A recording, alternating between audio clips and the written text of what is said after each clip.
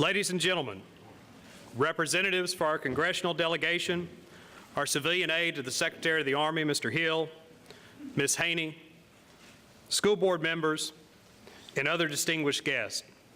Good morning. My name is Michael Reese, and I'm the chairman of Fort Polk Progress.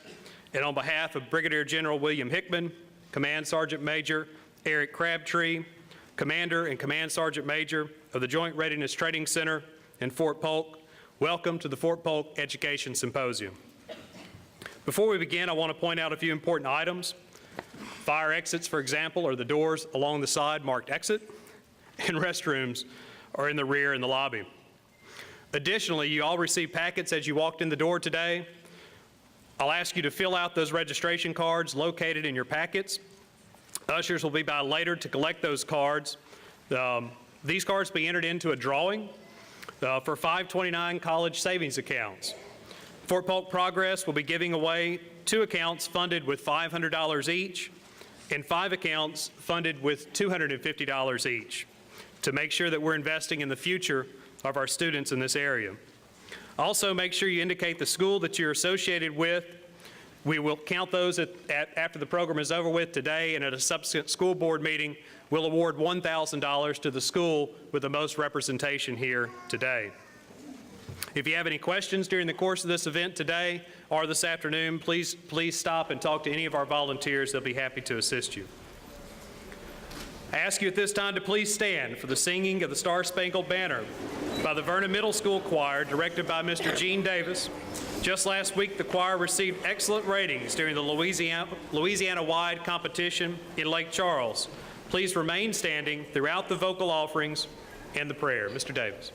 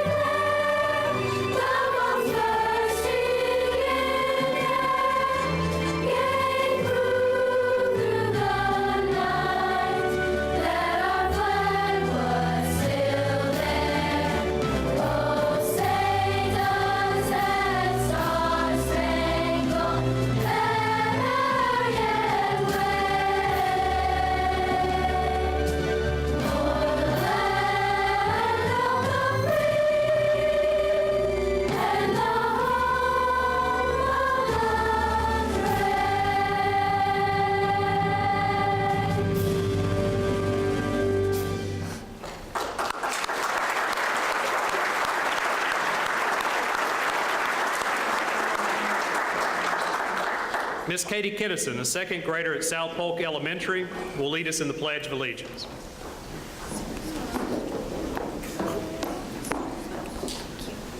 I pledge allegiance to the flag of the United States of America and to the republic for which it stands, one nation, under God, indivisible, with liberty and justice for all.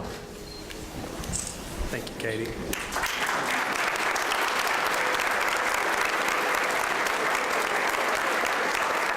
Pastor Jeff Smart, the senior pastor at East Leesville Baptist Church, will lead us in a prayer. Jeff?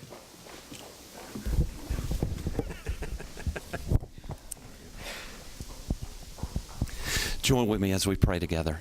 Heavenly Father, we thank you today for, Lord, just another day to be able to live life. And Father, we ask your blessing upon this time together today as we meet as a community. And Father, with the excitement in our hearts, Lord, we look at all the incredible accomplishments of the past, Lord, through, the Vernon Parish, Father, the school system, Fort Polk. And Father, we're so grateful and thankful for those blessings. But also, Lord, we look with excitement to the future. Lord, we know great things are in store as we look ahead. And Father, as we dream about, Lord, how great this area can continue to be in the days and weeks and years ahead. Father, I pray your blessing upon, Lord, the leadership within, Lord, the Vernon Parish, the local government. Lord, I pray that you might give them the spiritual and, Lord, all the different wisdoms, Lord, that they need, Lord, to be able to continue to move us forward. Thank you already, Father, as we look back and we see the scores, Lord, the fact that, Lord, our school system, Lord, we're blessed to be one of the tops in the state, but also in the nation as well. And we thank you for that. We pray your blessing upon all the leadership and administration. Thank you, Lord, for the partnership and, Lord, just the fact that Fort Polk is a part of our family and our community here. And, Father, we pray that you continue to bless those who are within leadership here at Fort Polk. Thank you for the men and women who serve our country. Lord, thank you so much, Lord. May your blessings be upon them in the days ahead. Lord, we pray for a hedge of protection around them. And God, again, Lord, we ask your blessing upon Vernon Parish, Father, upon Fort Polk, Lord, upon our great state, and God bless America. And it's in the name of Jesus I pray. Amen. Thank you, Pastor Smart. Our final song today is God Bless America by the Vernon Middle School Choir.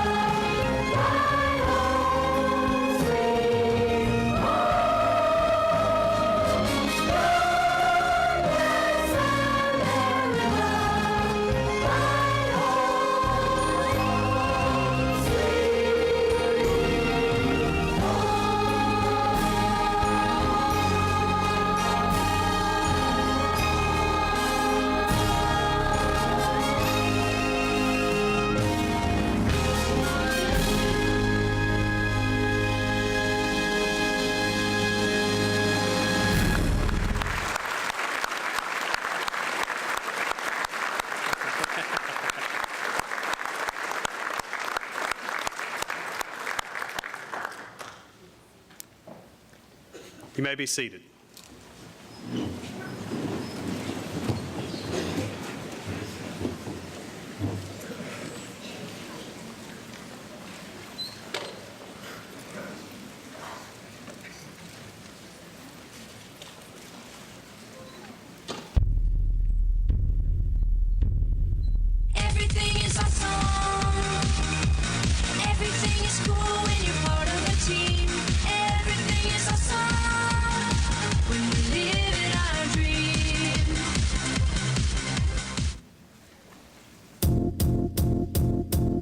might seem crazy what I'm about to say.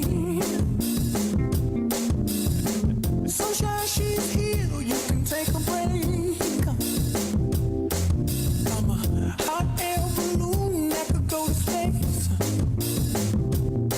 With the air, like I don't care, baby, by the way.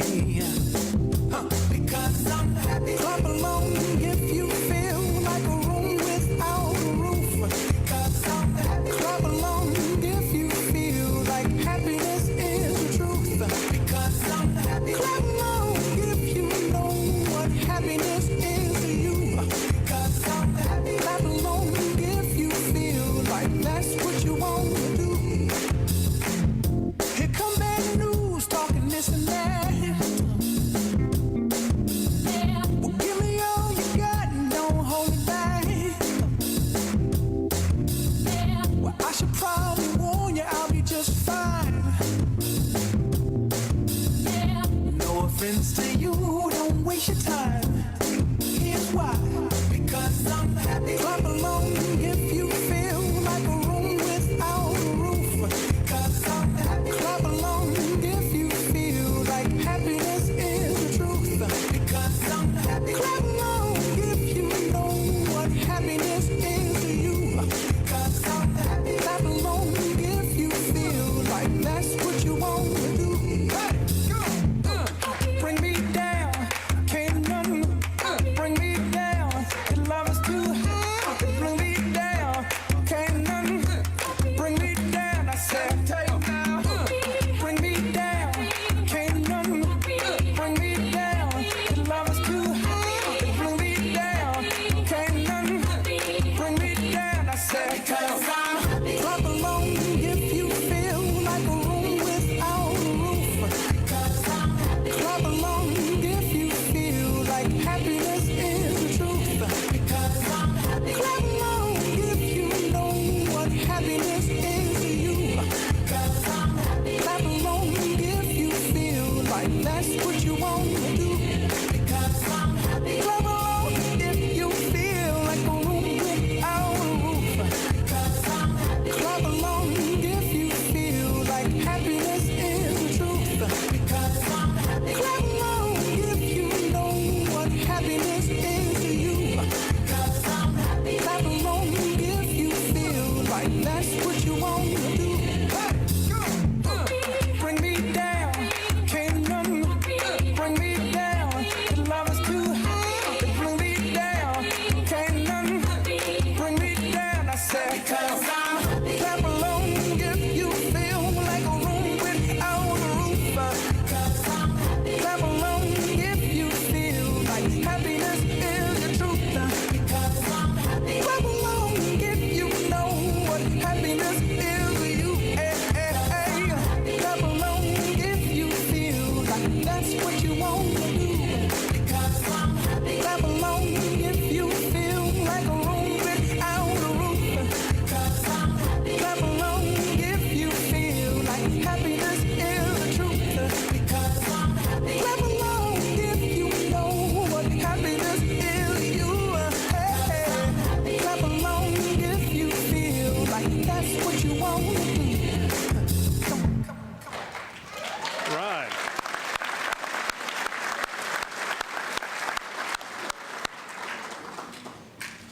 All right, thank you, Mr. Davis.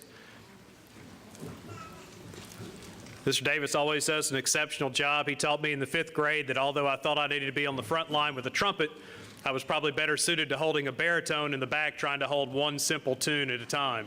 So I appreciate that, Mr. Davis. Just never get to play any melody with a baritone, unfortunately. So as they exit the stage, ladies and gentlemen, it's my honor to introduce the commander of the Joint Readiness Training Center in Fort Polk, Brigadier General William Hickman. I'm going to thank you, and thanks for everybody being here today. I just want to make 3 quick points.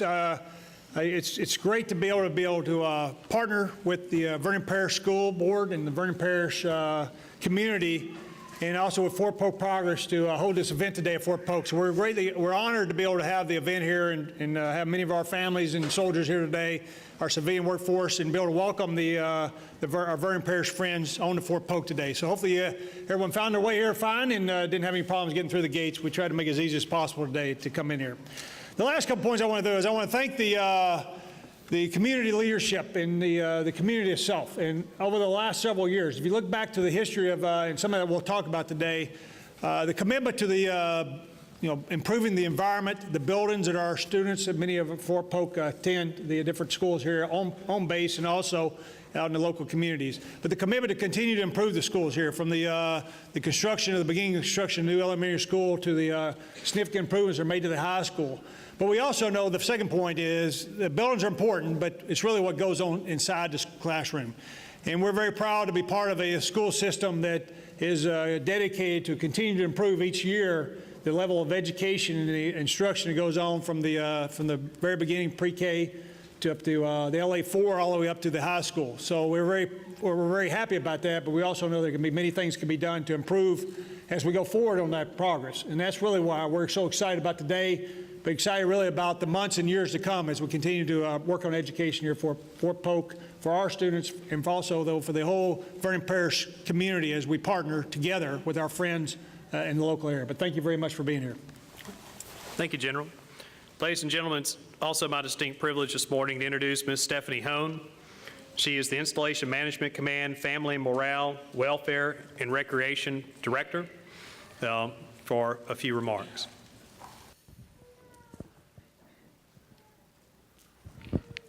Good morning, folks. It gives me a great deal of pleasure to be here on behalf of the Chief of Staff of the Army, who is personally invested and interested in watching the partnership between communities and our installations.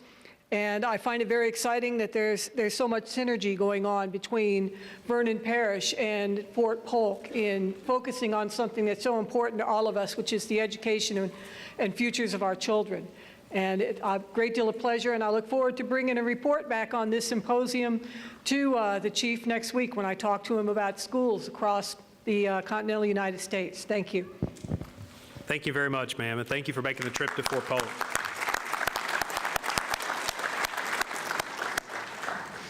Now I'd like to introduce Mr. Jackie Self, the Superintendent of Vernon Parish Schools.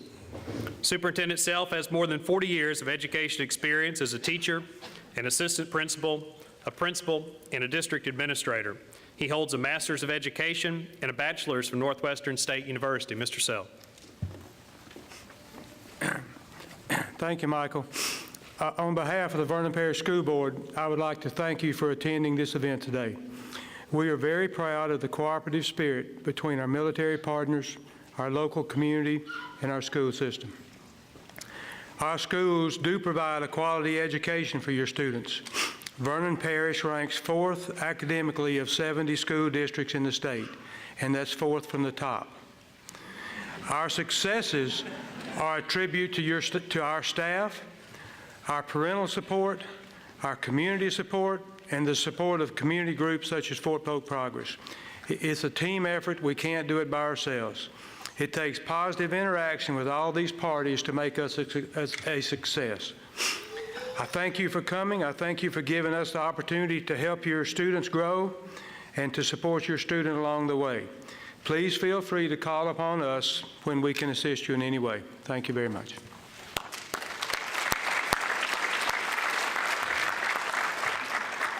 Thank you, Mr. Self. Before we go any further, I'd like to formally recognize several individuals without whom today's event could not have taken place.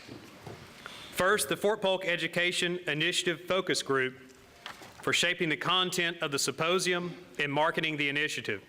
They've done an incredible job. Next, if I could have 3 of our military spouses stand, Ms. Stacy Stipe, Ms. Jennifer McFadden, and Megan Simmons, wherever you may be, up front here. These ladies went above and beyond the call of duty to help shape this event, and we couldn't be more grateful for their support, so thank you very, very much for the work you've done.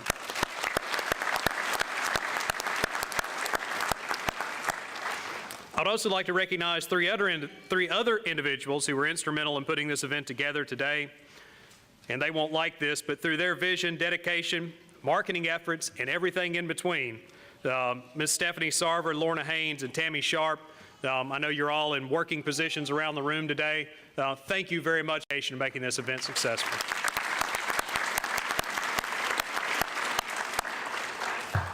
All right, we got the first set of slides. Vernon Parish education stands out.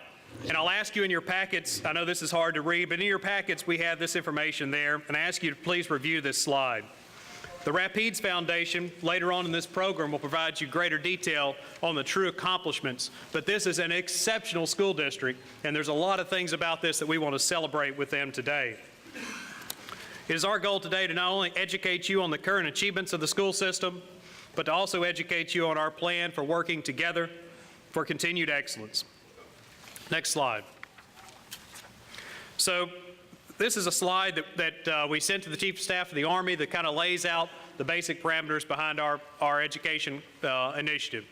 It first of all takes a great deal of partnership, and you can see there between our military families, our local families, our school district, the Fort Polk leadership. We have the Louisiana Department of Education, the Department of Economic Development, Northwestern State University, Lamar Salter, and many other organizations. It takes persistent engagement. It's not something we started this year, but something we've worked on for many years now. It takes strategic planning with all those stakeholders, analysis by quality education experts that we've found from around the country, some of which are with us today. We've surveyed our parents to find out what their primary concerns are, both military and civilian, so we make sure that we're addressing the things that are most important. We've had events such as this with the Education Symposium and this afternoon with our parent university. It takes a plan that's well developed with input from all the stakeholders. It's refined by education experts to share with us best practices from around the country. It takes actions assigned to an owner to make sure they get done, and implementation that's tracked for success. And it takes a strong commitment. It takes resources from all levels, local, state, federal, and from local businesses in the private sector. It takes the support of our congressional delegation, our governor's office, and our state delegation as well. It takes buying and willingness to take the action, and it takes a long-term commitment. Next slide. So this afternoon I'll share with you in greater detail our draft action plan, but it's compiled from the results of these education experts and our interaction with parents. The action plan will be our roadmap to achieving greater success in schools. We'll be continuing to seek input from you this afternoon as we help develop this action plan as we move forward. And the action plan will be managed by Fort Polk Progress and others so that we can report back to you annually. It's not something we're going to have an event today, applaud, and walk out of the room. This is something we want to stay on an annual basis to show improved real results. Next slide.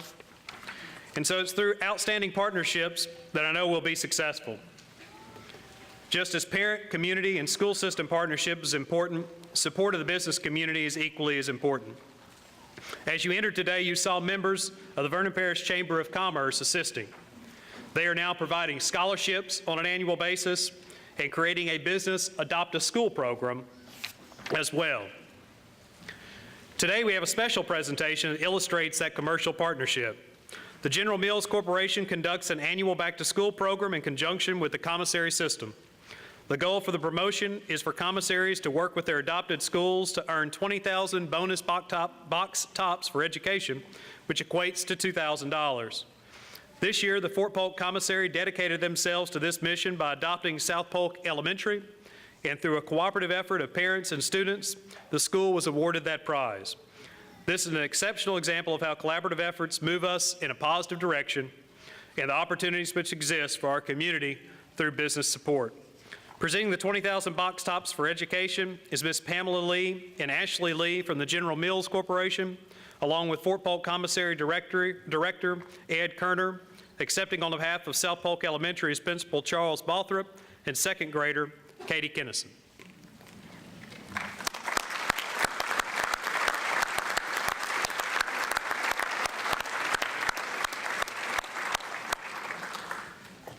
Thank you. And now to present workforce projections for the next 10 years. And why do we do this? One of the many reasons behind the foundation of our education is how that ties us back to the workforce that these students will work into the future. That'll be presented today by Mr. Paul Sawyer. Paul Sawyer is the Director of Federal Programs at the Louisiana Department of Economic Development, where he serves as the state's primary liaison between the state government and the active duty military. Paul's department is the lead recruiter for aerospace and defense development within Louisiana. Paul's an executive director of the Louisiana Military Advisory Council, a quasi-state agency designed to promote mission sustainment, quality of life, and economic development around Louisiana's military installations. Paul has led the department's efforts to secure more than $23 million in direct state investments to support economic development around Fort Polk and to help secure federal funding for a new Vernon Parish Elementary School on LA 467 that will host mostly military-dependent enrollment. Paul has supported the efforts of Fort Polk Progress to minimize cuts to Fort Polk and to maximize the post-military value. Prior to joining Louisiana Economic Development, Paul was the Chief of Staff for Congressman Richard Baker out of Baton Rouge, who for a brief time represented Fort Polk. Paul's a personal friend of mine, a huge supporter of what we do at Fort Polk. We're happy to have him with us today. Thank you, Paul.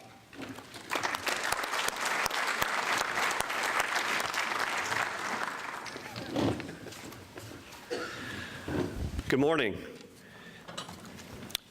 I'm going to run through a few slides talking about the economy and about jobs, but I think what's most important to consider is that as we talk about Louisiana's fast-growing economy and just the tremendous amount of jobs that we will have in Louisiana for decades to come, it's all premised on education.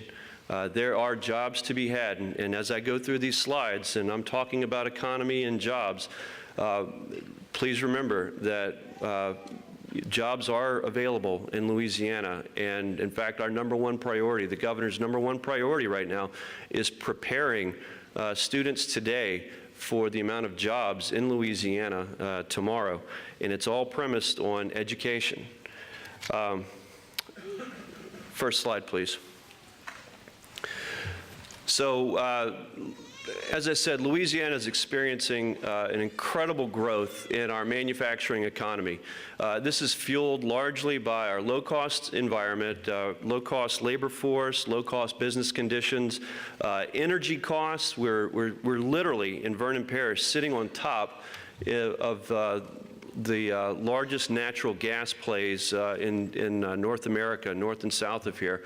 And it's, no pun intended, fueling the economic growth in Louisiana. Manufacturing in Louisiana, manufacturing in general, depends on these low-cost factors to survive. And so we're seeing a gradual migration. This is really exciting. We're seeing a gradual migration of businesses, American businesses that once used to go to China because of that low-cost environment to manufacture goods. They're coming back. There's a new term you'll hear used frequently in Louisiana. It's called onshoring. So instead of sending those jobs and that manufacturing offshore, it's all coming back home. And manufacturing doesn't just mean welding, which is very important, and Louisiana is the best at it anywhere in the United States. But it ranges from just the simplest touch labor to sophisticated engineering. So next slide, please. So this slide basically just says that in Louisiana, if you're manufacturing something, being here is the best place to be anywhere else in the country. Next slide, please. As I said, energy costs are a primary factor in manufacturing. And Louisiana is the lowest in electricity. Next slide. And natural gas. Next slide. And our overall cost of business in Louisiana are the most competitive in the United States. So really, this is the place to be. It's not just because we're experiencing an energy boom, but Louisiana is the place to be if you want to manufacture. Next slide, please. Louisiana is also a critical location in terms of logistics. Next slide, please. So if you are manufacturing, then you are better able to receive feedstocks to manufacture and able to distribute product outside of Louisiana because we have more ports. We have the most sophisticated waterway system in North America. We ship more tonnage out of Louisiana than most anywhere in the world. We have all railroads. We have all the major railroads, and we have a sophisticated network of interstates and highways. Next slide, please. And this map shows you the interstates. Next slide. And our port system. So in other words, low cost of business, and you can get feedstock in to make your product, and you can ship it out at a very low cost. Next slide, please. And this also shows just the sophisticated network of rail. Next slide, please. So, so I've been talking a lot about manufacturing. Now, it's because of manufacturing. It's because of all of these conditions that I've just described that our manufacturing boom has really fueled our economy. And as such, it's put Louisiana in a position to diversify our economy like never before. So we are seeing a growth in sectors that really we hadn't imagined that Louisiana would be a top competitor. Software development, aerospace and defense. So for example, as Mike mentioned, I lead efforts at the department on aerospace and defense business recruitment. And because of those conditions that I just described, the pro-business climate, the low cost of energy, the fact that Louisiana is inherently a manufacturing economy, and because of that, our skills are transferable to various areas. So we're not just an oil and gas state. It's because of those inherent skills that we have in our manufacturing capabilities that transfer to other areas, like building aircraft, like building hovercraft, like building rockets and space capsules. We do that in Louisiana. And we have a low-cost, capable workforce. We can do this. We've done it for decades. And then Louisiana, because we're in a very strong economic position, we're able to offer aggressive incentives. So, next slide, please. So over the next few years, Louisiana will be home to an extraordinary manufacturing investment boom. $60 billion in projects have been announced or are at various stages of development. In addition, Louisiana is in the final consideration for projects totaling $24 billion in additional capital investment. We feel confident, estimating that in the coming years, Louisiana will realize between $65 billion and $85 billion in new capital investment in the manufacturing sector. That's something that I never thought I would hear in my lifetime. So I grew up in Louisiana. I went away. I was one of those, among those generation of students who wanted a job in Louisiana, loved Louisiana, but at a time in the 80s, Louisiana was just not a comfortable environment. It was not an inviting environment to get a job. So I went away. Like everybody in Louisiana who goes away, I wanted to come back. This amount of money, this amount of investment in Louisiana is like nothing any of us have ever seen. And the point, again, is that the jobs will be here. The jobs are here now, and the volume of jobs will just continue to ramp up. So as a result of this manufacturing renaissance, there will be thousands of jobs in manufacturing operations in the coming years. The demand for machine operators, maintenance mechanics, welders, process technology technicians, and supervisors is expected to rise significantly. Louisiana's manufacturing companies like to promote workers from within the company. So people in Louisiana, we find, want to stay here. They want to remain here. Well, in this manufacturing economy, it's the companies that want you to stay here. They want to hire from within. So the good news is educated students who get their high school degree, who get their technical college degree or community college degree or four-year degree, now don't have to go to Texas. They don't have to go to California or Virginia or other states because these jobs are going to be here. Next slide, please. In absolute numbers, the largest job growth in the coming years will be in industrial craft trades. with 86,000 new industrial craft workers needed in the coming years. All of these jobs will require some sort of post-secondary certificate, many of which can be earned in 12 weeks or less. Many of the manufacturing maintenance positions will be filled by industrial construction craft workers who will have the opportunity to transition directly from plant construction to plant maintenance at a higher salary and with greater job security. Next slide, please. There will also be a large demand for professional jobs, which will follow Louisiana's new industrial construction and manufacturing jobs. We are anticipating that the largest demand in this sector will be for workers with accounting and financial skills, as well as those who can work with big data. Again, that's something I never thought that I would hear in Louisiana. Louisiana is attracting Fortune 50 companies, IBM, Computer Sciences Corporation. Each one within the last 12 months have announced 800 jobs respectively in Baton Rouge and Shreveport-Bossier. Every in-demand, high-impact professional job will require some sort of post-secondary degree, with most valuable degrees being in finance, accounting, computer science, and data analytics. Louisiana's fastest-growing sector will be software development.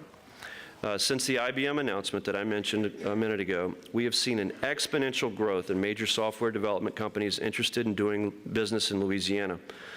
Computer Sciences Corporation, as I just mentioned, recently announced a new technology center in Bossier City, which has committed a total payroll of about $39 million plus benefits. The most competitive entry-level workers in Louisiana's software development job market will have a degree in computer science. Louisiana is committed to rapidly growing its current and future software development workforce through investments totaling over $30 million in computer science and engineering departments at higher education institutions across the state.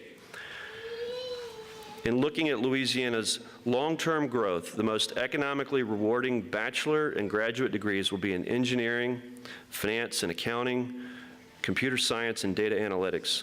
The most economically rewarding two-year degrees or industry-based certifications will be in computer and information science, finance and accounting, engineering technology, construction crafts, welding, electrical and industrial production. Graduates in these fields should be competitive for nearly all of the high-demand entry-level openings Louisiana will see in the coming years. Next slide, please. Louisiana Economic Development enjoys the #1 workforce solutions program in the country, 4 years in a row. Again, that's something I never thought I would hear in Louisiana. So what we do for companies, and this is important to workers and important to students now, is that we guarantee these companies that they will have a ready, capable workforce by the time they open their doors for business. And we do this through training, recruiting, and even relocation. But what's equally important is that while we guarantee these companies that they will have a workforce by day one, the companies also worry about that pipeline of talent. Okay, we've got the workers in on day one, but how can we be sure that we're going to have a reliable student population, a trained workforce for the foreseeable future? So what we do at Louisiana Economic Development is we partner with the technical colleges, community colleges, and four-year universities to hire instructors, hire professors, purchase lab equipment, course materials, and we collaborate with the companies to develop curricula that is relevant to the student who's training or in one of those institutions. So as I said, Louisiana produces a lot of smart people. It's just been, in the decades past, smart people had to go away to find jobs. Now we have those jobs, and now we are working with our institutions of education, post-secondary and higher ed, to ensure that not only are we producing that smart pool of talented students and trainees, but we're transferring that education and that training into a relevant job. So as I said from the beginning, I'm talking a lot about economics, about the job market, but it all begins with education. Those students who certainly finish high school I mean, and frankly, that has to be a given. To participate in this exciting economy, high school is just an automatic. Those students who go to technical colleges, community colleges, and by the way, not everybody has to have a 4-year degree to participate in this economy. So those students who go to community college, technical college, and the 4-year institutions will see a bright, exciting future in Louisiana. Thank you.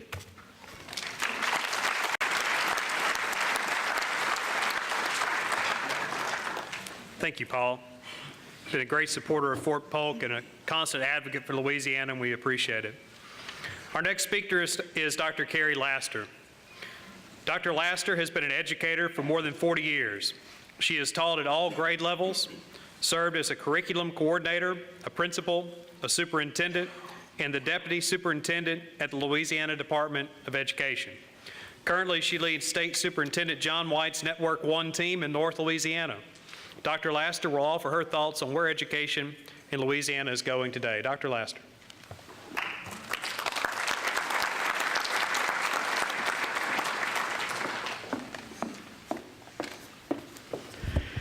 Thank you. It's a delight to be here, and I do bring greetings from my boss, State Superintendent of Education, John White, who, of course, is at the legislature today. So I want to let you know that he would have liked to have been here, but he couldn't.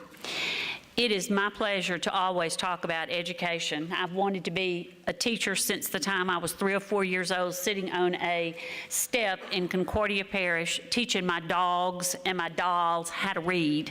So it's in me, it's in my blood. I've retired once and I'm back again, and I'm just as passionate about what we are seeing happening in Louisiana for our children as I ever have been. What's best for our children? That's a question that I ponder often because I have 4 grandchildren and a half, another one on the way. And what kind of actions can we take for a better future? And we do need to take actions for a better future. As Mr. Sawyer said, he kind of stole part of my little talk. There are jobs in Louisiana, better things are coming, but we must prepare our children in a more rigorous way to be ready to accept the challenges of these jobs. Next slide. We know as we read what's in the newspaper, we listen to the news. My young daughter, who's a young parent like many of you, whose major area of communication is Facebook, which I've said, get off of Facebook, know that there are challenges but opportunities for parents, for children, and also for educators. I've had to really work with her to help her to understand what some of those opportunities are that we have in Louisiana at this critical time when we are making some changes to more rigorous Louisiana state standards. The testing is more rigorous, but we're also doing some other great things that I want to share about. Next slide. This is just something that really hit home to me. It was a study that was done about American education, and we all know that we're not necessarily competitive. I spent 2 weeks in Japan a year or 2 ago, and I was amazed at little 2- and 3-year-olds at 6:30 and 7 o'clock in the morning walking across the street with their parents going to school. At 6 and 7 in the evening, they were still going for their tutors to being tutored. So we know that we're not where we want to be, but I assure you that with the educators that we have in Louisiana, and it truly is the teacher in the classroom that makes the difference, that we can get where we need to be. In this study, they compared literacy, math, and problem-solving skills of people from ages 16 to 65 in 24 developing countries. Only 2 of those countries scored lower than Louisiana or than Americans in mathematics. I'm not a mathematics guru, but the people who know mathematics, and one of my staff members, Melissa Monero, will be talking about that later, have convinced me that we can no longer just teach rote facts, memorization, and not have children problem solving and truly understanding. Out of 30-year-olds in America, in 2012, they scored lower on average on literacy tests than 30-year-olds in 1994. I have a belief, it's not a research-based belief, but it's a belief that we don't read enough. We must be readers to become literate. We must read with our children, we must read to our children, and we must be learners. So I really believe that as we move into the new Louisiana State Standards, which does require a great deal of reading, that we'll see some changes there. Next slide. Louisiana graduates are going to struggle to compete for jobs like Mr. Sawyer talked about. But we are working in the world of education to make sure that the children are prepared. Louisiana, like many other states, are based on NAEP, the National Association of Educational Progress. In 2011, and this test is given every 2 years, fourth graders were ranked 48th. I've been a product of Louisiana all my life, other than the time when I was a military wife and got to spend some time in helicopter school in Fort Rucker and Fort Mineral Wells, wherever that was, and then at Fort Knox. I don't want to be 48th. I don't want my grandchildren to be 48th. In fourth grade math, we were 49th. To me, that's unacceptable. In 8th grade, in reading, 49th, and in mathematics, 47th. We can no longer expect our children to be prepared for these jobs that Mr. Sawyer talked about without improving literacy and mathematics for our children. Almost 1/3 of Louisiana college students are enrolled in developmental courses, and this is based on information from the Board of Regents in 2012. We need to move our kids forward, and in Vernon Parish, they are doing just that. Next slide. This kind of speaks to what Mr. Sawyer talked about. By 2020, the number of jobs in Louisiana is expected to increase by 13.6%, which is probably more than what he said, but according to my superintendent, it's going to grow about 2.25 million jobs, and this is data from the Louisiana Workforce Commission. These jobs are going to be professional, scientific, technical, service, healthcare, social assistance, transportation, warehousing, data processing, all areas. I must stress, though, that our children don't necessarily need a 4-year degree, even though we would love to see more get a 4-year degree, but they must have very specialized skills that involve reading, higher mathematics, problem solving, literacy, and writing skills. Next slide. So what are our opportunities? I'm going to just name a couple. The first one is the early childhood program, which is strong in Vernon Parish. In the legislature 2 years ago, we passed Act 3, which was to coordinate early childhood across groups, Head Start, Early Head Start, daycares, and public schools. This program is up and running. We are into Cohort 2, which I'm very, very proud to say that Vernon Parish is a part of Cohort 2. And these opportunities will really expand for our children in the 4-year-old program, not only in public schools, but by partnering with Head Starts and with daycares in your community. The second piece that I want to talk about is Jump Start. Jump Start is a key piece of the workforce development. It's joining partners together to make sure that our children are out there ready to be career and technically oriented so that they can meet the needs of these jobs that are going to be coming to Louisiana. I'm proud to say Vernon Parish is going to be a part of a Jump Start collaborative. Louisiana's Common Core State Standards. We hear a lot about that. I had to sit that little daughter of mine down who reads Facebook and say, you know, I don't want Common Core state standards. I don't want Louisiana standards. I don't want any standards for my children. I said, let's look at the kindergarten standards. Are these things that you want your child to know, or are they things you don't want your children to know? No, she was very, very astounded that there was nothing controversial in Louisiana standards. It does raise the level of rigor, but as a parent and a grandparent, you as young parents, you want that level of rigor for your children, and you want them to be able to compete globally. I want to make sure that you do understand, though, that the Louisiana state standards, we've always had standards, are not the same thing as a curriculum that a teacher teaches in a classroom. Has nothing to do with picking textbooks, has nothing to do with teachers writing lesson plans, or the actual activities that your children will do in a room. These are the definite control of the local Vernon Parish School Board and all school boards in Louisiana.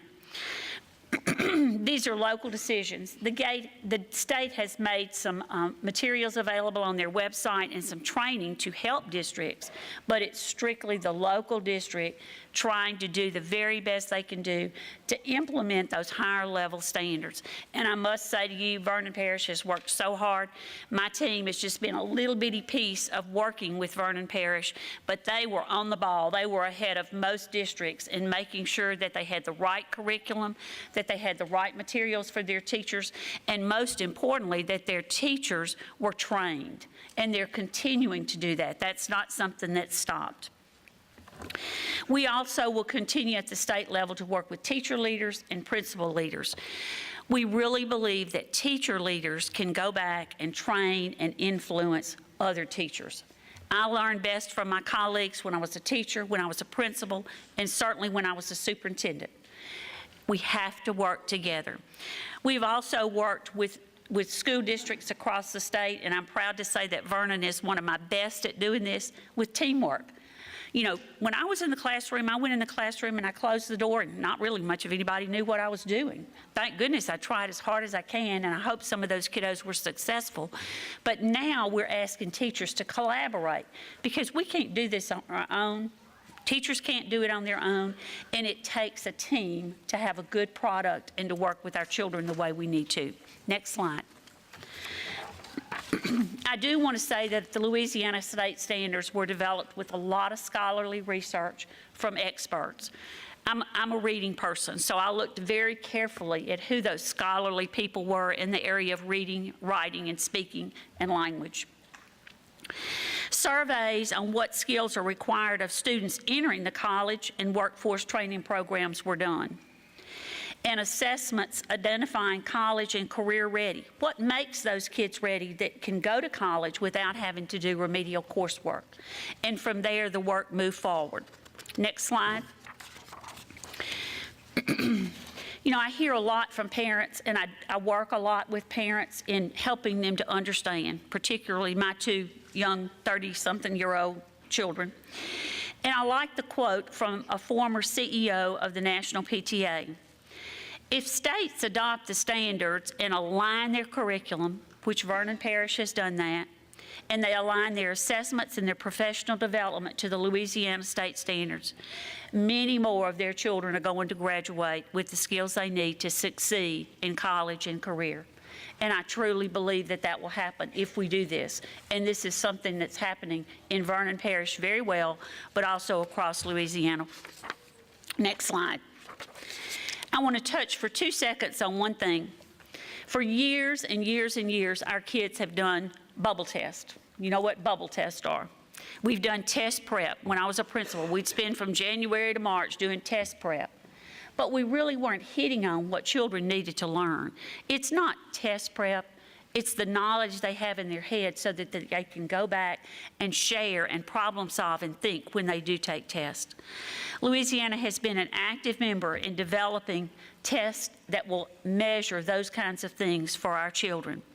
When we worked on testing, we had 14 Louisiana educators that were involved in the item review process, 26 teacher members that are like a cadre, 3 Louisiana educators on performance level descriptor writing panel, and 25 other teachers, administrators, college professors, people from the Louisiana Department of Ed, the Board of Regents, and the college staff that worked in groups to try to help make our testing program stronger than it was.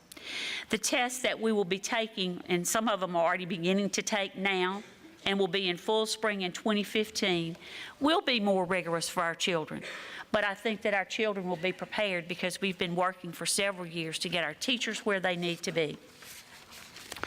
Next slide.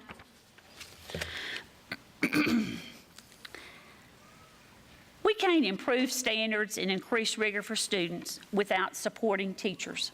Teachers are the ones who make a difference. So the state has set out to work with districts, and part of that is the network that I work on with 13 districts, one including Vernon, to make things stronger and more meaningful for teachers so that they have the skills they need. Next slide.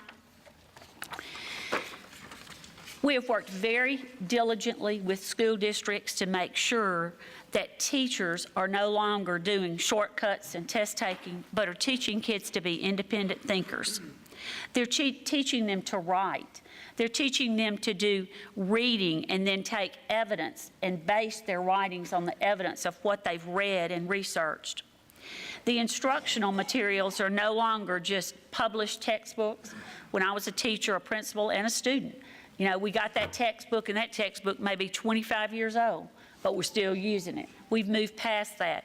And if your children are like my grandchildren and children, technology is a world that I didn't know. I certainly still am not very adept at it. I call on my people like Melissa that's young over there when I have a problem with it. So states have identified and recommended full curriculum that are aligned to the Common Core state standards, and then they've asked the districts to work with their curriculum to make sure that it's aligned. But the most important thing is we've provided some tools to start with, some training, and some time for teachers to have for teamwork to collaborate, because I truly believe, and it's proven by research, that we learn best from each other. Next slide. As far as the training, I'm just going to touch very briefly on that. Last year, we trained about 2,000 teacher leaders. Teacher leaders are people who are strong teachers in ELA and math, English language arts and math, who go back and work with other teachers in their school and district. This year, we are planning to train 4,000. We doubled the number. These teacher leaders will continue to redeliver to 20,000 other educators across the state. Another important thing, and Vernon Parish has led the way in this, is advanced placement. We have made sure that our teachers are able to be trained and to teach advanced placement college level courses for our children so that they can compete in that world that we want them to. We also did lots of training on professional learning communities or collaboration. We had over 1,100 teachers when we met in New Orleans to receive that training from every district to go back and to present it to them. So what's ahead? Next slide. We have lots of opportunities ahead, and we have lots of challenges ahead. This has been probably some of the hardest years of my career, which has been more than 40 years, but it's also been some of the most exciting times. I want to tell you that I go to bed at night and I'm thinking in my head of what our children of today are going to be like 10 years down the road, 12 years down the road. And I know it doesn't happen overnight. There's not a magic bullet. Next slide. Out of those many opportunities and challenges, there's no quick fix. We must provide the educational opportunities with rigor. What does rigor mean? That's something that I ponder often, and teachers ponder that, with higher academic standards. And it doesn't matter what we call those standards, but we owe it to the children of Louisiana to have those higher standards so that they can compete. Next slide. In closing, I want to leave you with a quote from Mariel Hemingway. If you don't step across the threshold of what you already know into the world of challenges, you never truly measure yourself. This has been challenging times for us as educators.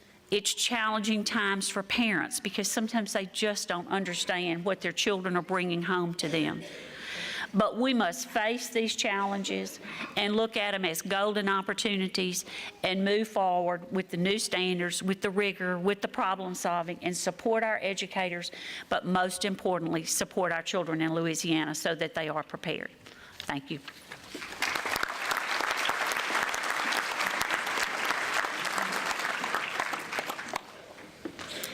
Thank you, Dr. Laster.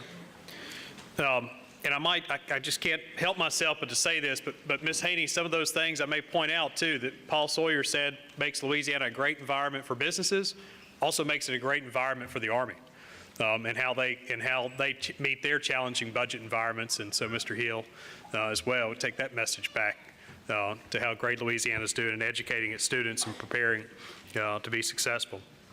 Our next speakers are from the Rapides Foundation. Ashley Stewart and Dr. Ben Martindale. Ashley is the evaluation manager and is responsible for ongoing issue-specific needs assessments and evaluations for all foundation programmatic activities. She has a Bachelor's of Science from the Louisiana College and a Master's of Public Health from the University of Alabama in Birmingham. Dr. Ben Martindale has a long history in the education arena, serving as a superintendent and CEO in 2 Illinois school districts. He serves on the board of several Asian-oriented organizations, including as a technical assistant for the Rapides Foundation. Ashley and Dr. Martindale will be speaking about Vernon Parish school statistics and how they compare to other schools in the nation. Additionally, they will discuss several programs and opportunities within the school district. Ashley and Dr. Martindale.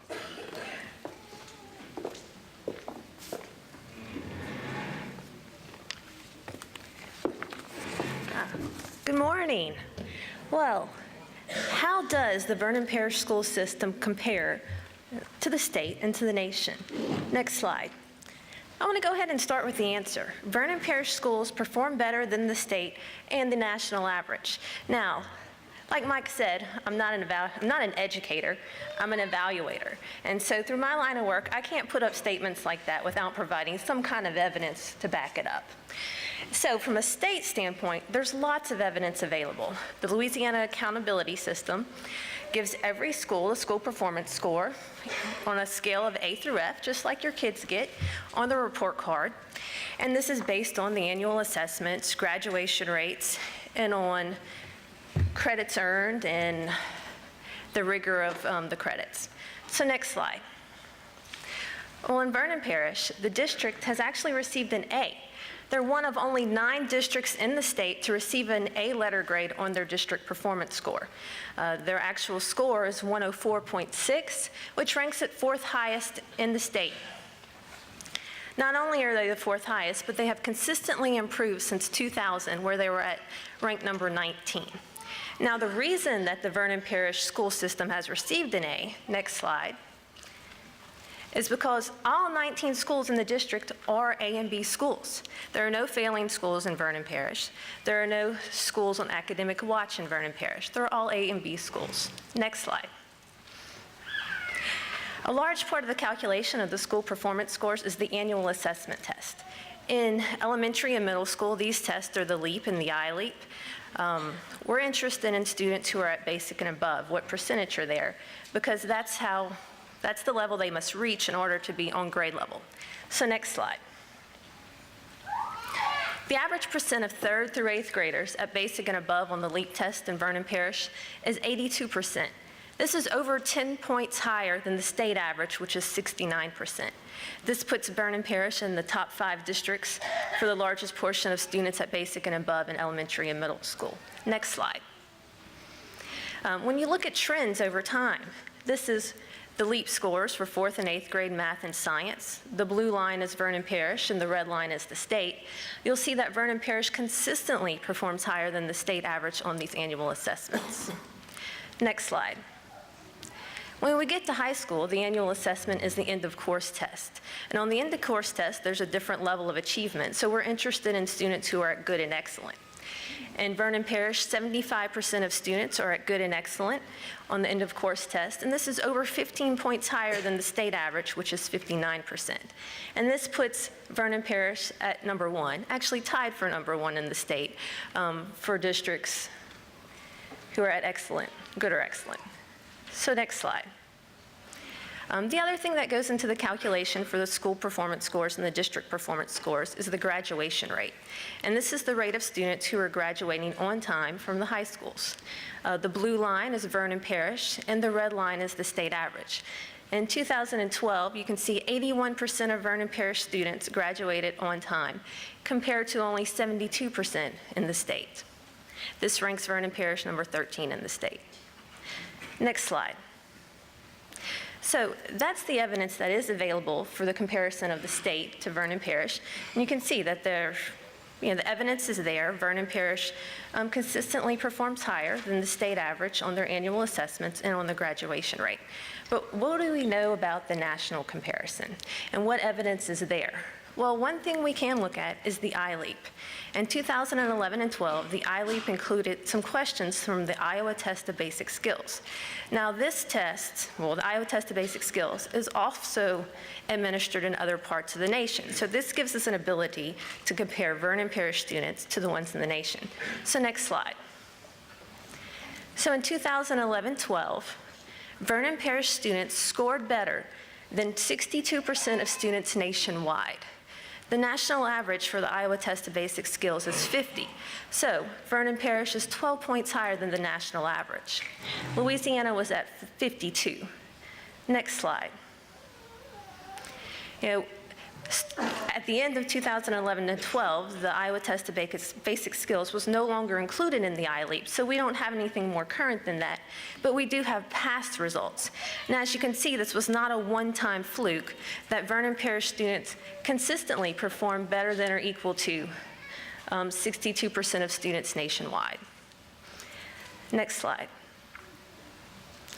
ACT scores is another national comparison. Now, some of y'all who are familiar with the ACT scores are saying, wait a minute, that is not a fair comparison at all. And you're right, you're not comparing apples to apples when you're comparing students' ACT scores in Louisiana and Vernon Parish to the state. And the reason why is because in Louisiana, every student must take the ACT, regardless of whether they have any intention of going to any further type of education. So that bar on the end of 20.9 is an average for the nation, but it includes students that have different intentions than maybe the students in Vernon Parish in Louisiana. But it does still provide us with some interesting information. The blue bar, 19.4, is the average ACT score of the Vernon Parish Public Schools. That 18.9 is an estimate of the Louisiana public schools. Now the next bar, the 19.5, and the one next to that, 20.9, those are also estimates for averages for the ACT scores, but the difference is those numbers, which are the ones that are usually reported, also include private school students. So you're still not comparing apples to apples even there. So when we look at 19.4 in Vernon Parish compared to what's normally reported for Louisiana, the 19.5, you're comparing public school students in Vernon Parish to public and private school students in Louisiana. So, but we're still in a pretty good place. Vernon Parish's public schools are performing better than Louisiana public schools. We're about equal with all students in Louisiana, but we are underneath the U.S. average. Next slide. But the good news, and something that does support that statement, is that you have two high schools in Vernon Parish that have ACT scores above the national average, regardless of who's in that sample population, and that's Anacoco High School and Rose Pine High School. You have two additional high schools that have ACT scores above that top Louisiana average, and that's Hornbeck High and Evans High. Next slide. So this brings us back to where we started. Vernon Parish schools achieve better results than the state and the national average. From a comparison to Louisiana, I think the evidence is very strong, and you have lots of it. The district is the fourth highest performance in the state. It's ranked in the top 5 in the state for elementary and middle school annual assessments, and that's over 10 points higher than the state average. At the high school level, they're tied for first in the state for percent of students at good or excellent, and this is over 15 points higher than the state average. And they also have that A overall district grade, which is 1 out of 9 in the state. From a national level, there's not as much evidence available. There's just not a lot of data out there that we can compare state to state. But what we do have suggests that Vernon Parish is performing better than the national average. You definitely have those two high schools that have ACT scores that are better than the national average. And you also have student performance that is better than 62% of students nationwide on the Iowa Test of Basic Skills in 2011-12. So, next slide. And that is, the evidence that's there. And next is Mr. Ben Martindale.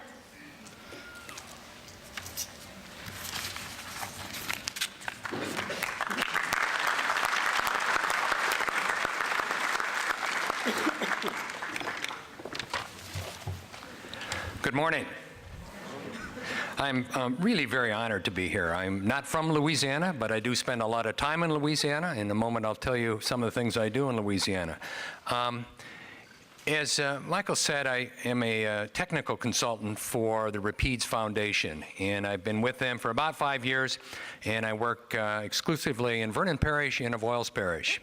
I also am an associate with a large national search firm that searches for superintendents and places them across the country, primarily in the southeastern United States and Midwest. And finally, in my real life, I'm a full-time superintendent in suburban Chicago, in a district called North Chicago, District 187. It is home to Naval Station Great Lakes, the only boot camp training our sailors. And I share all of that with you because I want to point out that I've had the opportunity to view districts across the country that have similar populations, both regionally and in terms of having a military presence. Now, I know many of you soldiers sitting out there are saying, well, what do we have similar with the Navy? And since I'm down here, I will say, you don't have a lot. The Army is better. So first slide. What makes Vernon schools good? I will tell you that having worked in education over 40 years, if you don't have a good Board of Education, you have challenges. And my observations of the Board of Education, and many of them are seated out here in front of me, is that they're an outstanding board. They work well together. That's not always something that occurs. They work well with the administration. They're serious about what needs to be done in this school system. And they ensure that the quality of education is there throughout the parish.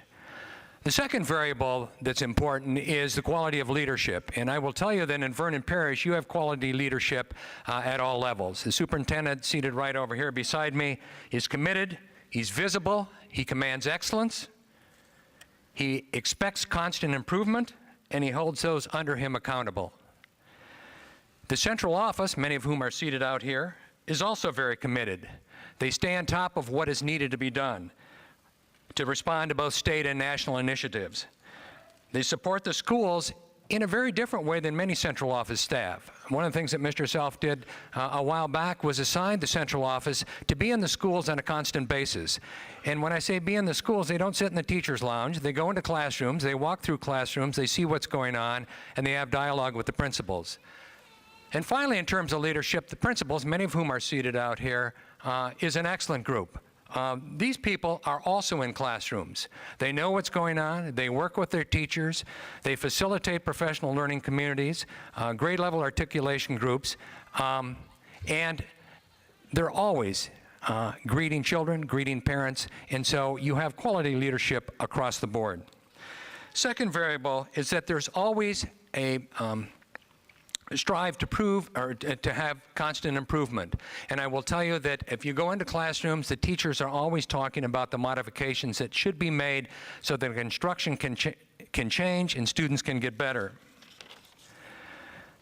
This parish also has high expectations. Again, if you go into the district office, if you go into the schools, they're always talking about how all students can meet or exceed standards, how all of the students can strive to read at or above grade level, how all of the seniors will have a college or positive college or employment post-secondary plan.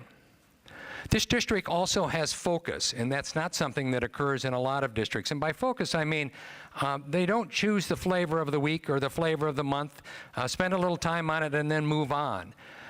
One of the professional development endeavors that this parish has been involved with on a consistent basis for a number of years is working with the University of Washington Center for Educational Leadership. And they've had a lot of focus on purpose, student engagement, and assessment. And at the foundation, one of the things that we've done is that we've used the work in Vernon Parish as a model for the work with our other parishes. This parish also engages in measurement of student performance. They do it on a district level, they do it on a school level, on a classroom level.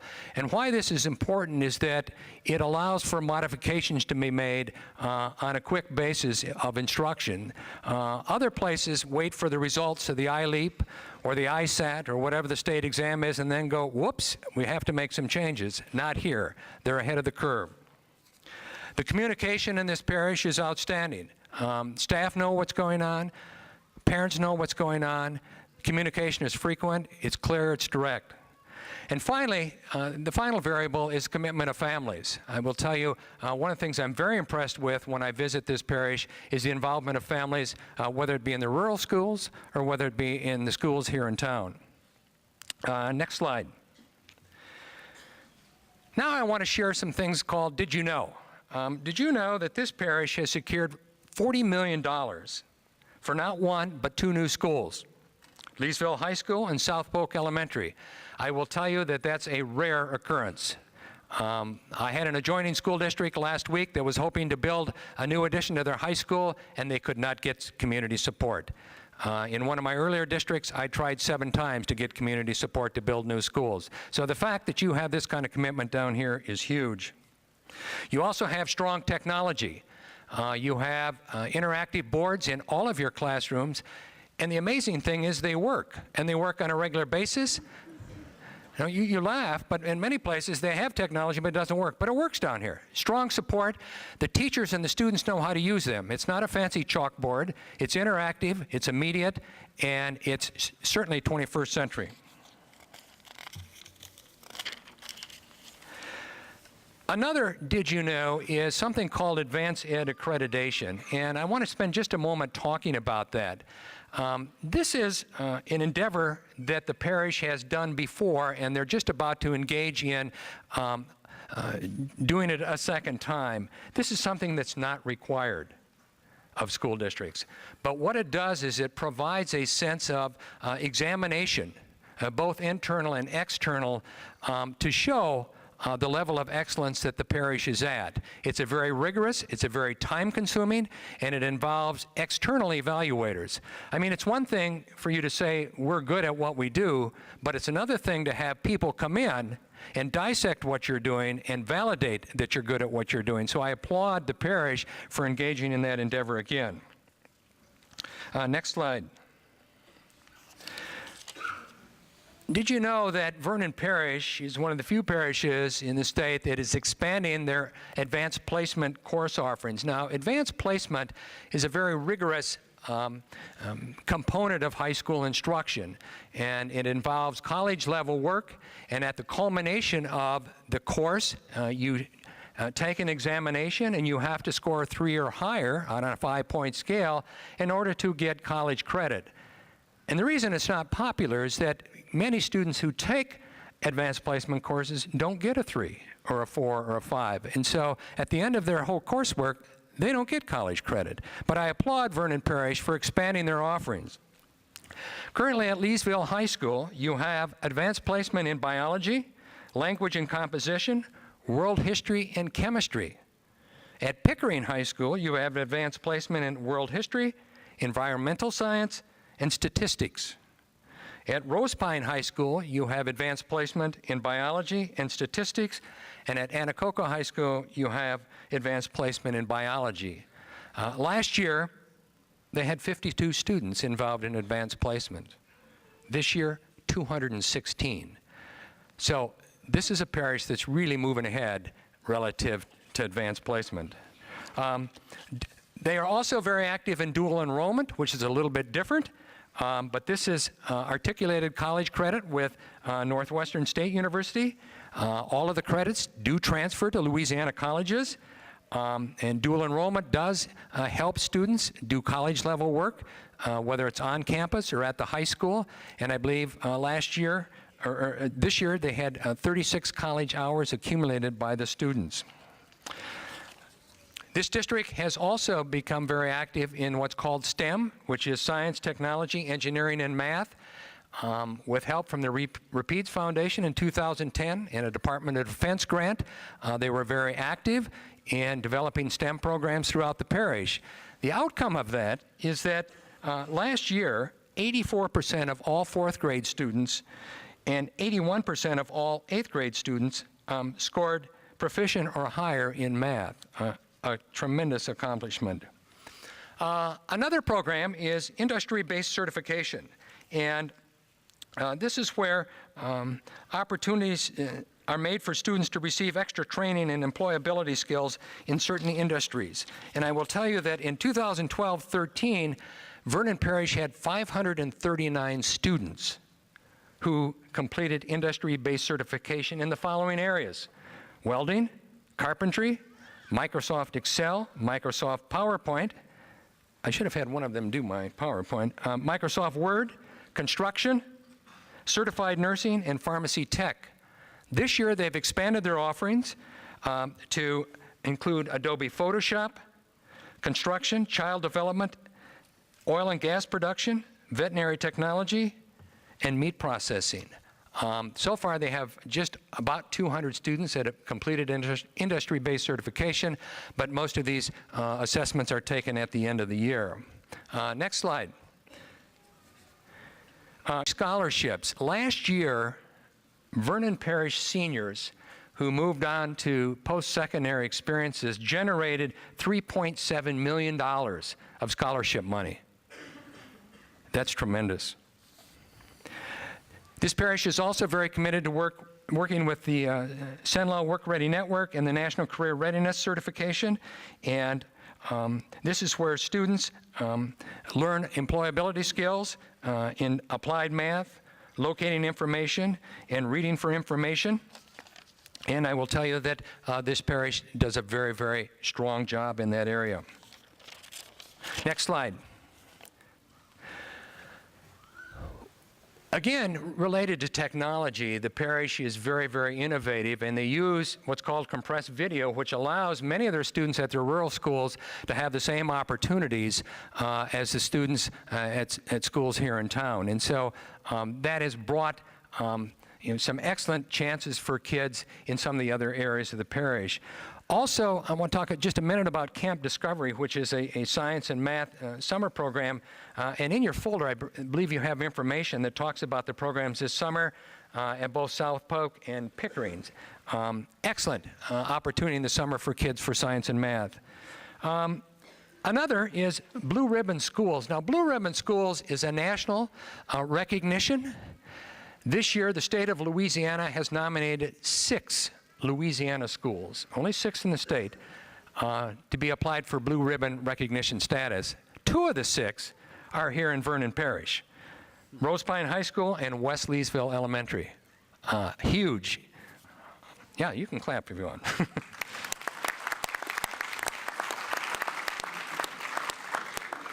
Next slide, and I only have 2 left. This slide talks about West Leesville Elementary, and I'm not slighting any of the other schools here, but I love going to West Leesville Elementary, and let me tell you why.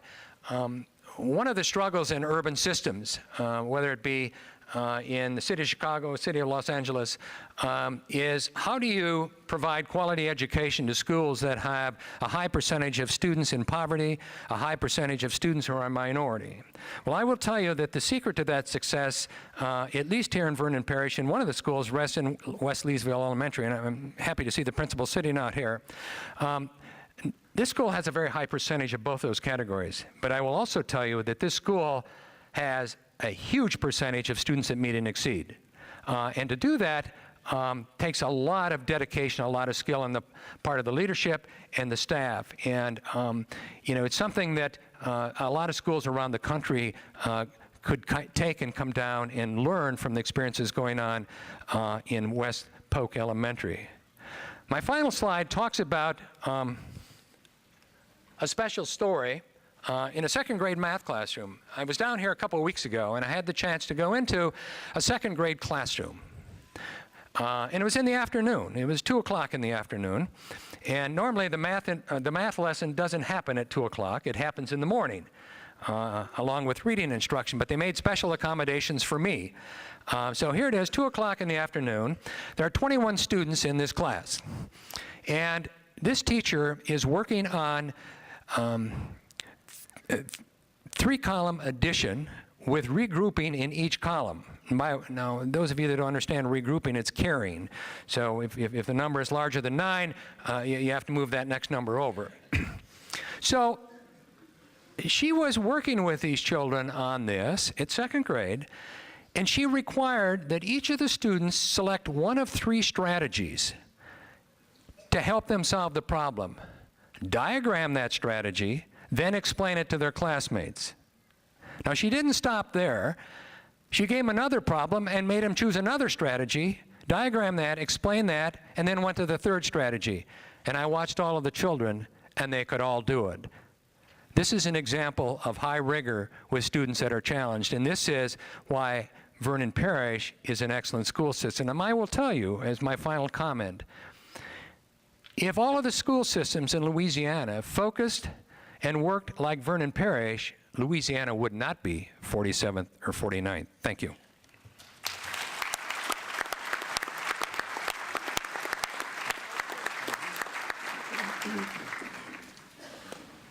Thank you, Ben. I'm currently reading the book by the former Secretary of Defense, Mr. Gates, who after he left Texas A&M University and became the Secretary of Defense, one of the things he said was that he was not going to sit through these meetings with death by PowerPoint. And those of you in the Army know what I'm talking about. That is our last PowerPoint for this morning. At this time, we ask that you begin, as we prepare for our keynote speaker, we ask that you start passing your registration cards to the center. At this time, our ushers will start collecting those cards. They'll be putting them in the hopper and getting ready to draw those names to determine who's going to win our college savings account scholarships immediately following our guest speaker. So please take a few minutes to pass those to the center aisle, and we'll take a few minutes to let you do that.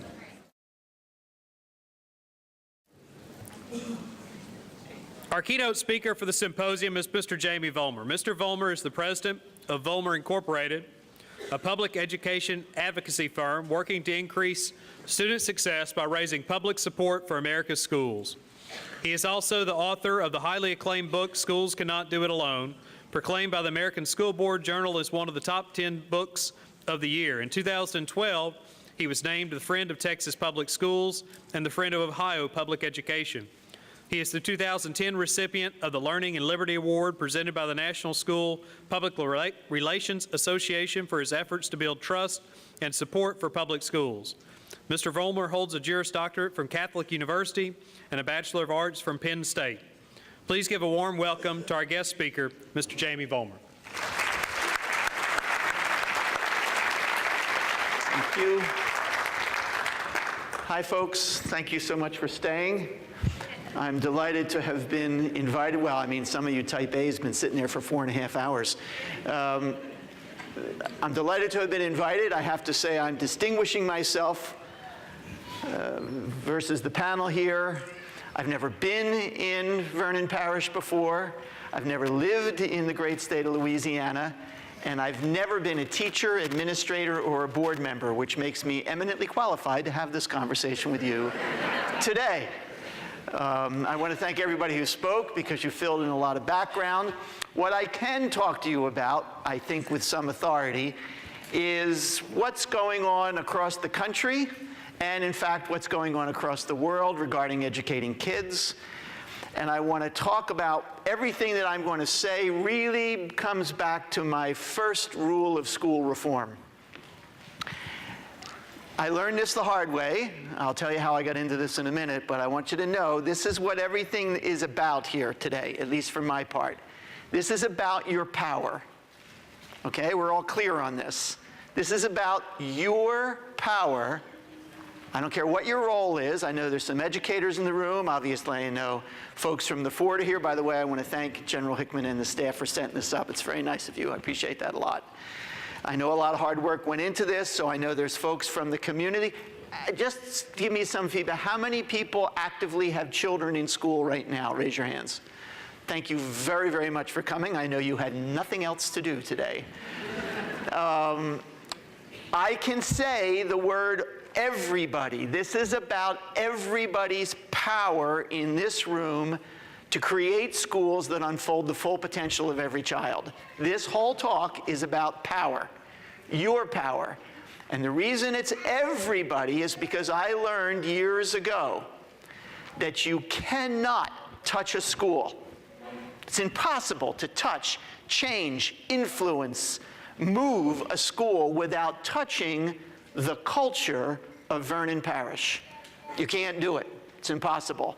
I watched over my career, which is now almost 28 years long in this endeavor, I've watched one superintendent after another One group of board members after another do what I would consider to be everything right. They brought in consultants. They sent people to conferences. They read the current literature. They thought deeply about what it was going to take for their kids to succeed. And after about 15 to 18 months in those school districts and all this hard work, much of it after hours, teachers and administrators sitting around tables piled high with caffeine and carbohydrates, what would happen in those school districts 10 to 15, maybe 18 months after they started their initiative to improve things is nothing. Well, one thing happened. Usually you saw it most clearly on school board election night, when 3 or 4 people ran for the board on an anti-everything platform and they won. And not to make Superintendent Self uncomfortable, the only thing that changed in those school districts was the superintendent. And I watched this for a long time, and I'm not that quick on the uptake, as you will see, but I watched that for a long time before I realized you can't touch a school without messing with the culture of the town. Everybody's got an idea of what real school should look like. We can talk, with all due respect to the folks from the department, we can talk about standards, we can talk about some variation of the core until we're all deaf, dumb, and blind. Everybody has an idea in their head about what real school is, and it's what they went to. That's real school. And they don't want anybody messing with it. This is about power. And I'm here to tell you, unless all of you and all the people in the parish, I mean with and without kids in school, which is a huge number I'll come back to, unless everybody begins to engage in a conversation that allows, that gives permission to the schools to start moving into the 21st century, nothing will change. We will see one wave of school reform after another come and go and see things pretty much status quo. Now, I didn't always know this. I gave you my credentials. I'm really not qualified in so many ways to be here. I got into this world in a funny way. I was minding my own business. I live in a town, by the way, where adjacent to Leesville, I live in a town just a little bit bigger than Leesville, an agricultural community in southeastern Iowa. I didn't grow up there. I grew up in Philadelphia. But I was recruited by a college buddy of mine to come help him run an ice cream manufacturing company that was a startup in the 70s. And I agreed to do that. That's how I got to the Midwest. We made good ice cream. It was called the Great Midwestern Ice Cream Company. No, I did not bring samples, and we sold out years ago. We knew we made good ice cream, but then in the spring of 1984, People magazine, that fine research periodical, People magazine decided they needed to know what the best ice cream in America was, and they chose our product. June '84, you can look it up. And if you had any doubt that the media has a tendency to run in a herd, that somebody covers it and they all have to cover it, about a month and a half later, the Cleveland Plain Dealer said we were the best ice cream in America because we sold ice cream in Ohio. And then that snowball started to roll. The Houston paper said we were the best ice cream in America. The Seattle paper, the New York Times, the Chicago Tribune. We were in Time magazine. We were in Newsweek. We were on the Today Show. President Reagan served it in the White House. There was even an anatomy magazine that picked us as the best ice cream in America. It's true, it's called Playboy. And am I allowed to say that on base, sir? I was afraid of that. Because of all that press, no other reason, because of all that press, the state superintendent of schools in Iowa called me up, because we got kind of famous. I've had my 15 minutes of fame. We got famous, and he called me up and he said, I'd like you to sit on this committee called the Iowa Business Roundtable. It's brand new. It's going to be a group of business leaders to come together to talk about the future of our schools. Now, my oldest child at the time was 2 years old, so I didn't have kids in school. I went to public school, but I didn't really involved in it anyway. And it wasn't because I was keenly intelligent or interested. I ran a famous company. And I agreed, and I showed up at that first meeting of the Iowa Business Roundtable in September of 1988, and I had an attitude. Remember, what's this talk about? Your power. I had an attitude. I had an attitude that was informed by 3 fundamental assumptions. First, something is terribly wrong with our schools. They need to change. Where's Paul? We're not getting the workers that we need. They need to change. Second, everybody who works inside the Vernon Parish Public Schools, raise your hands. Raise them high. You're the problem. Come on! Everybody knows their nests are all comfortably feathered. They don't have to work hard. Kids leave in the afternoon. They're out of there. They're not thinking about them anymore. They get the summers off. They're lazy. Some of you are laughing. You have neighbors in Vernon Parish who think that today. You can take that to the bank. I was sure of it. Think about it. Business folks in the room, they're not exposed to the competitive forces of the marketplace. Nothing's pushing them to improve. They're the problem. And the third assumption that I had was if you would just run it like a business, everything would be okay. Because in business, we know how to get the job done. So I showed up for my first Iowa Business Roundtable meeting to talk about schools all those years ago with those 3 assumptions in tow. I'd never met a single other person, and frankly, I was like one of the token small business guys. I mean, it was Principal Financial, Maytag, Amana, John Deere, and me.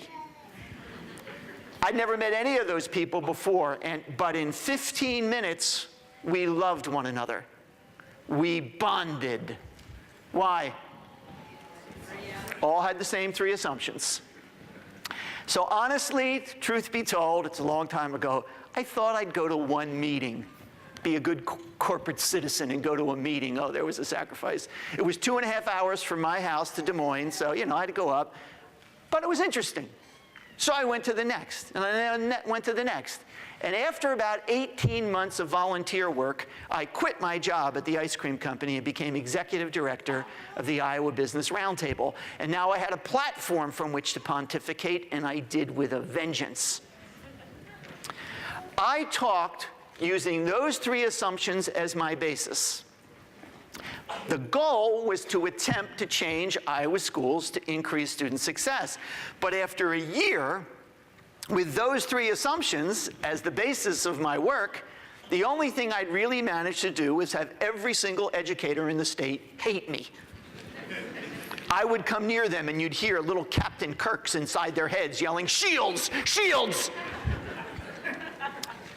So, I had to go through a transformation. This talk is about power. I can speak about that with some authority because I am the living embodiment of your power, regardless of what role you're in right now.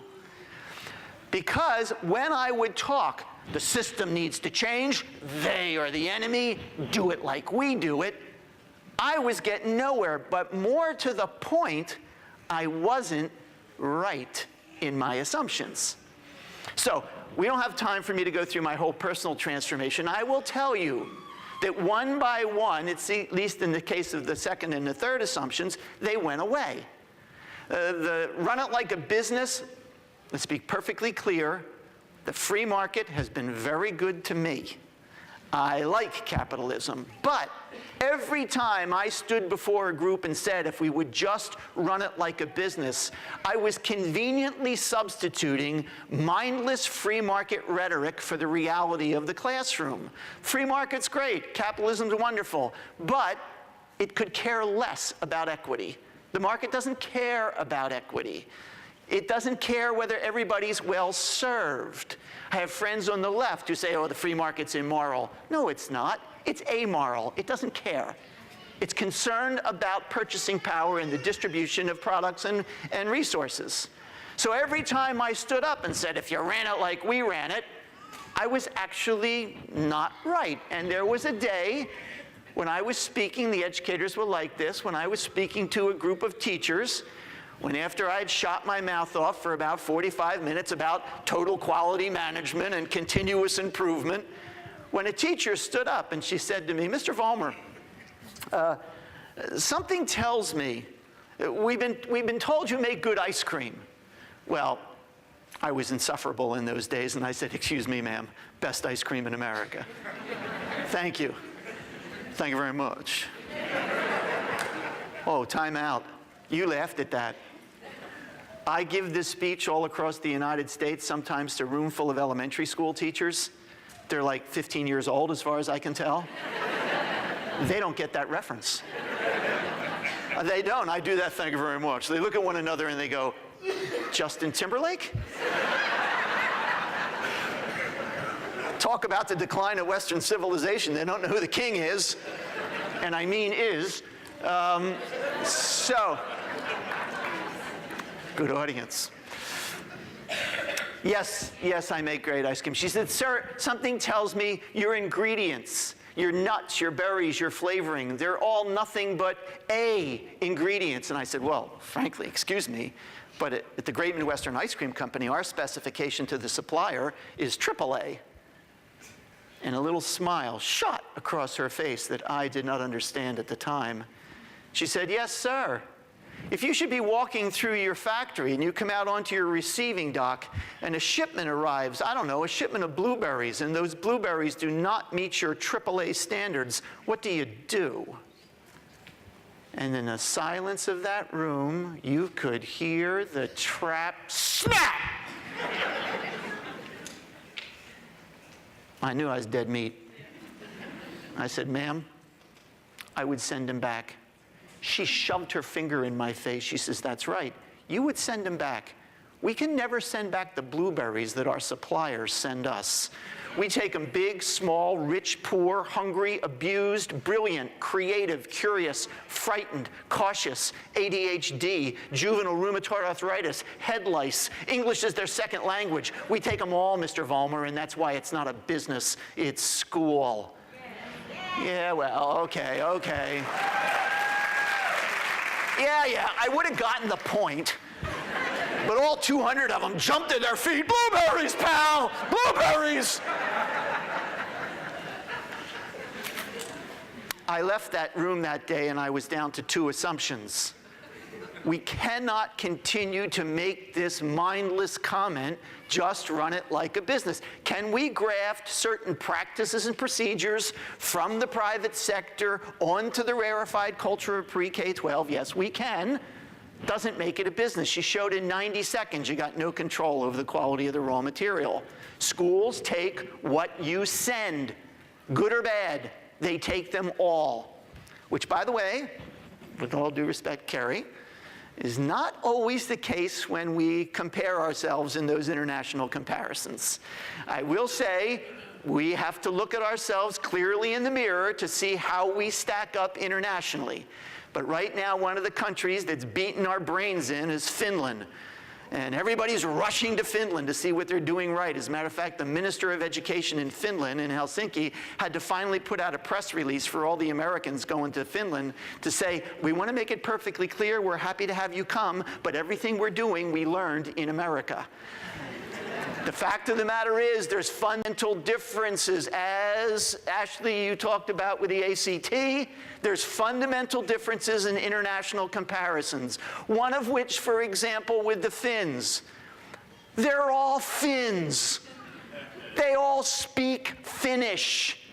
And USA, we're number one. We love to say that. We are number one in one arena. We are number one in the world in child poverty. 26.2%. In Finland, it's 1%.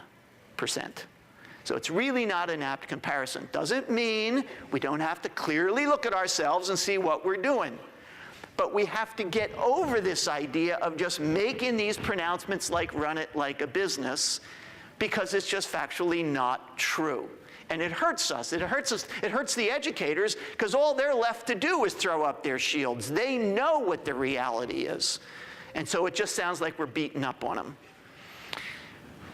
I left that day, and of course I was down to 2 assumptions, because I had to get rid of the business thing. Well, there must be, Superintendent Self, you guys must have a secret communications network out there. That's all I can figure. Because my car was not out of the parking lot before the word went out among Iowa superintendents, invite Jamie to speak, your staff will maul him.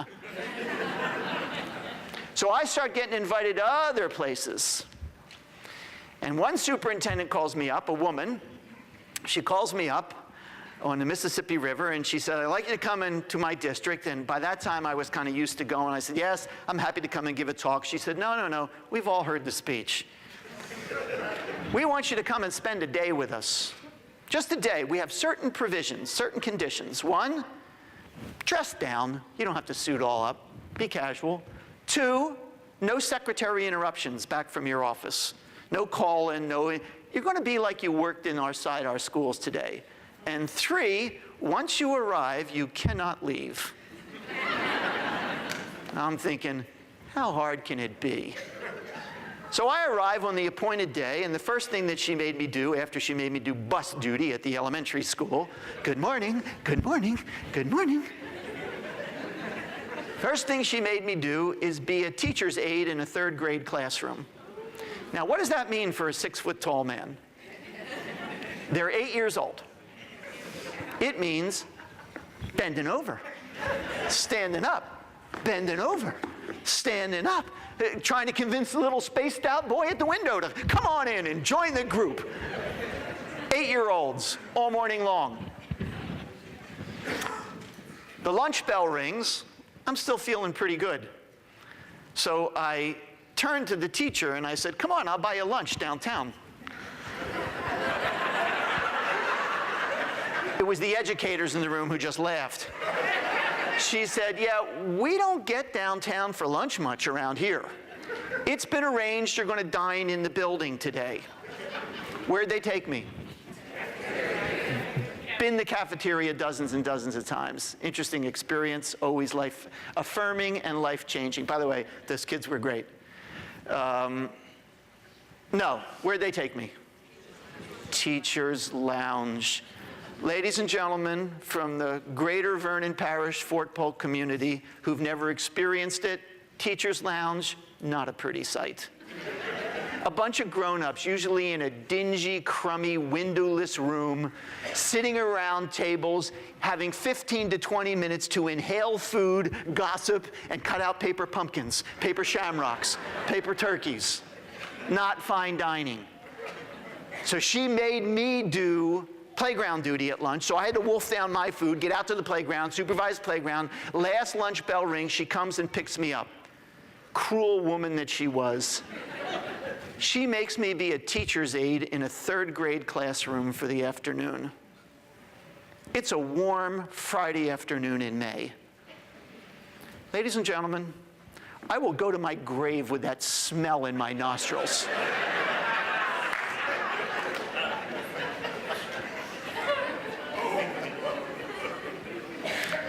The last bell rings. I am not, I will tell you, an overtly religious man. It was everything I could do not to fall to my knees in prayer that I'd survive the day. I'd not stood on my feet. There's a significant number of people in this audience in really good shape. I wasn't. I had not stood on my feet for a whole day in decades, so the muscles behind my shin bones, they ached. The small of my back was killing me. My brain was screaming for Advil and caffeine, and I would not have turned down a beaker full of gin. And we went to her office to debrief, and I asked her what I believe is the seminal question in this regard. Is what I just saw and experienced typical? And she said, for 90% of my staff, 90% of the time. This is not easy. This is incredibly hard. We've got, once more, we got to get over certain things before we can get to the content. We got to get over this idea that if we just had the remote control of running it like a business, we'd all be fixed. It will not. We got to get over this idea that the people inside are lazy, that they're not working hard, that they're not committed. 40 hours a week for most of the people who are working inside the Vernon Parish schools is nothing. 50 hours, 60 hours is routine. You know, those of you who are parents and those of you who are working inside the schools, you share this. You're now having to raise and educate the most diverse, demanding, distracted generation the world has ever seen. Many of these children are victims of an aggressive popular culture that has fractured their, assaulted their physiology, fractured their attention span, and given them, and not to put too fine a point on it, some of you, a dangerously overdeveloped sense of entitlement.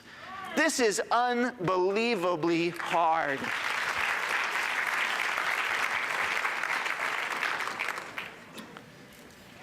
But nothing I saw that day, nothing I saw in the case with the Blueberry Lady, convinced me that my very first assumption that something needs to change was wrong.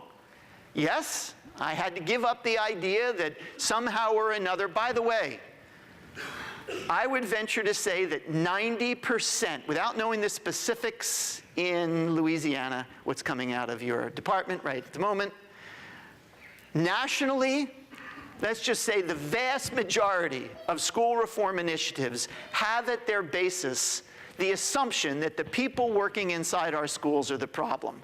If we could just hold them accountable, then we would get what we want.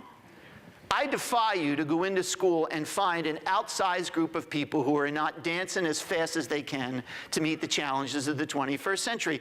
Is there a group that shouldn't be there anymore? Yes.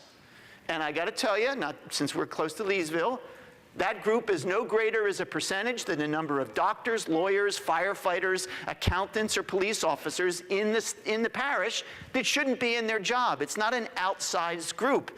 And as long as we continue to focus on the people behind the curtain, the real problem just continues to churn while we're continuing to focus in the wrong place. We must give high-quality professional development. We must have clear idea where we want our kids to go, what we need them to know and be able to do. Although I will tell you, I have a little bit of a bias here. I know everybody always needs to be pushed from the outside, but I think that you in Vernon Parish ought to be able to articulate clearly with state and to a very lesser extent, the feds, giving you some guidance. But it's got to come locally. You must own whatever it is you want your kids to know and be able to do. I got this bias in me. The farther the decision maker is from the child, the dumber the decision gets. It's got to come from you because you won't support it if you don't own it. But it means that we're going to have to rethink the current system. We don't have a people problem, we have a system problem. And here's where I start to make the audience squirm. Things need to change. It's spectacular that you have managed to take what I would guess, I'm pretty sure you do not have a 1% free and reduced lunch rate in Vernon Parish. It's spectacular that you've managed to get these schools to rise up in the hierarchy of the schools in Louisiana. But even comparing, I know where you think I'm going, just comparing it just to Louisiana, comparing it to just what we're doing in America is no longer good enough. We have to rethink the fundamentals of school. And it's very difficult unless all of you participate in this. What do I mean by the fundamentals? I told you I'm not an educator, so I step out on thin ice if I were to start talking about curriculum or assessment or instruction. That's somebody else's business in this room. One of the most important days in my transformation from where I was as an outside critic to being called, always feel very flattered, a champion of public schools. One of my most important days, I was in Chicago at NCREL in Chicago in Oak Brook, which is an educational laboratory. I was on their board, and I'm in their library. I'm going to say this is 1992. Now think about it. I'm an ice cream guy. I spent a small period of time practicing law. I'm much better. I had to get from where I was to where I needed to be. So I'm reading everything I can get my hands on. So I'm sitting in this library back in the day, and a young intern came up to me, knowing who I was and what I was trying to do, and she said, "You might be interested in this." And instead of handing me something from one of the luminaries of school restructuring, Bob Marzano or Michael Fullen or Terry Deal, whoever they are, she hands me a reprint of a document written by Thomas Jefferson in 1781. Now, ladies and gentlemen, listen to me. Thomas Jefferson invented Vernon Parish schools. He did. Thomas Jefferson invented the schools of North America, including Canada. I do some work there. Thomas Jefferson was brilliant. Certain moral issues that we'll set aside for the second. Thomas Jefferson is a brilliant man, and it's Jefferson. He's not president, he's governor of Virginia, 1781. Jefferson creates public education in America. He lays it all out in his Notes on the State of Virginia, 1781. You can Google it. He lays it all out. He puts a school within 2 miles of every kid. He formalizes school boards. He begins to restructure the curriculum. But Jefferson was a product of his times. And in the Notes on the State of Virginia, and this young intern, this is what she wanted me to read, Jefferson lays out the purpose of your schools 200 plus years later. Jefferson says that the purpose of these schools is to, are you ready? Quote, rake the genius from the rubbish, close quote. Jefferson had a very clear view of what the young United States needed. Wasn't even the States in 1781. What we needed, a small handful of learners and a big slug of laborers. Jefferson saw that's what we needed. His genius was that the only way you got an education before Jefferson is if somebody had money, either your family or a patron. It's the only way you got an education in America prior to that. Jefferson said, no, no, no, we've got all of this genius. We got to figure out a way to unlock it. But he never, ever thought that the purpose of school was to unfold the full potential of every child. Rake the genius from the rubbish. These folks, they'll all get a job, and these folks will run America. And so we began to build, and we began to build on top of Jefferson's blueprint, the most effective selecting and sorting system on the planet. We got very, very good at selecting and sorting kids into these two groups. Those going on to higher ed, everybody else. Now, again, we don't have time for a tutorial in this, but I can tell you, the educators may be thinking, just a minute there, bub, Yankee. We're not selecting and sorting in Vernon Parish schools. Yes, you are. And I don't need a PhD to know it. And neither does anybody else in this room who's a parent. Because one of the key variables in the formula that adds up the student's success, money, technology, school books, the professionalism of the staff, one of the key variables in that formula is time. And we in America have chosen to hold time constant. All the kids go the same number of hours in the same number of days, give or take. And as soon as you hold time constant in an educational setting, you are not educating all children to their highest level. You're selecting and sorting them on the basis of how quickly they can learn. It's a race. And anytime you hold time as the constant, quality is the variable. And the variable is expressed as a simple bell curve, which everybody remembers the bell curve. A's, B's, C's, D's, failure. Anytime you hold time constant, quality is a variable based on speed. The first day of school, when was the first day of school this year? August? Early August? August 8th, 9th. That day, all the kids in Vernon Parish came out to their imaginary starting lines, and the principals came out, hopefully, with imaginary starting pistols. And that first bell rang, and they're off. And they have to jump from pre-K, if you have that, kindergarten, all the way. They have to jump these hurdles to finally walk across the stage and grab that diploma, and off they go. It's a race. The fact of the matter is, where you sit on this curve is dictated to a large degree about how quickly you learn, how strong your short-term memory is in America's schools, and certain backgrounds, aptitudes, and attitudes.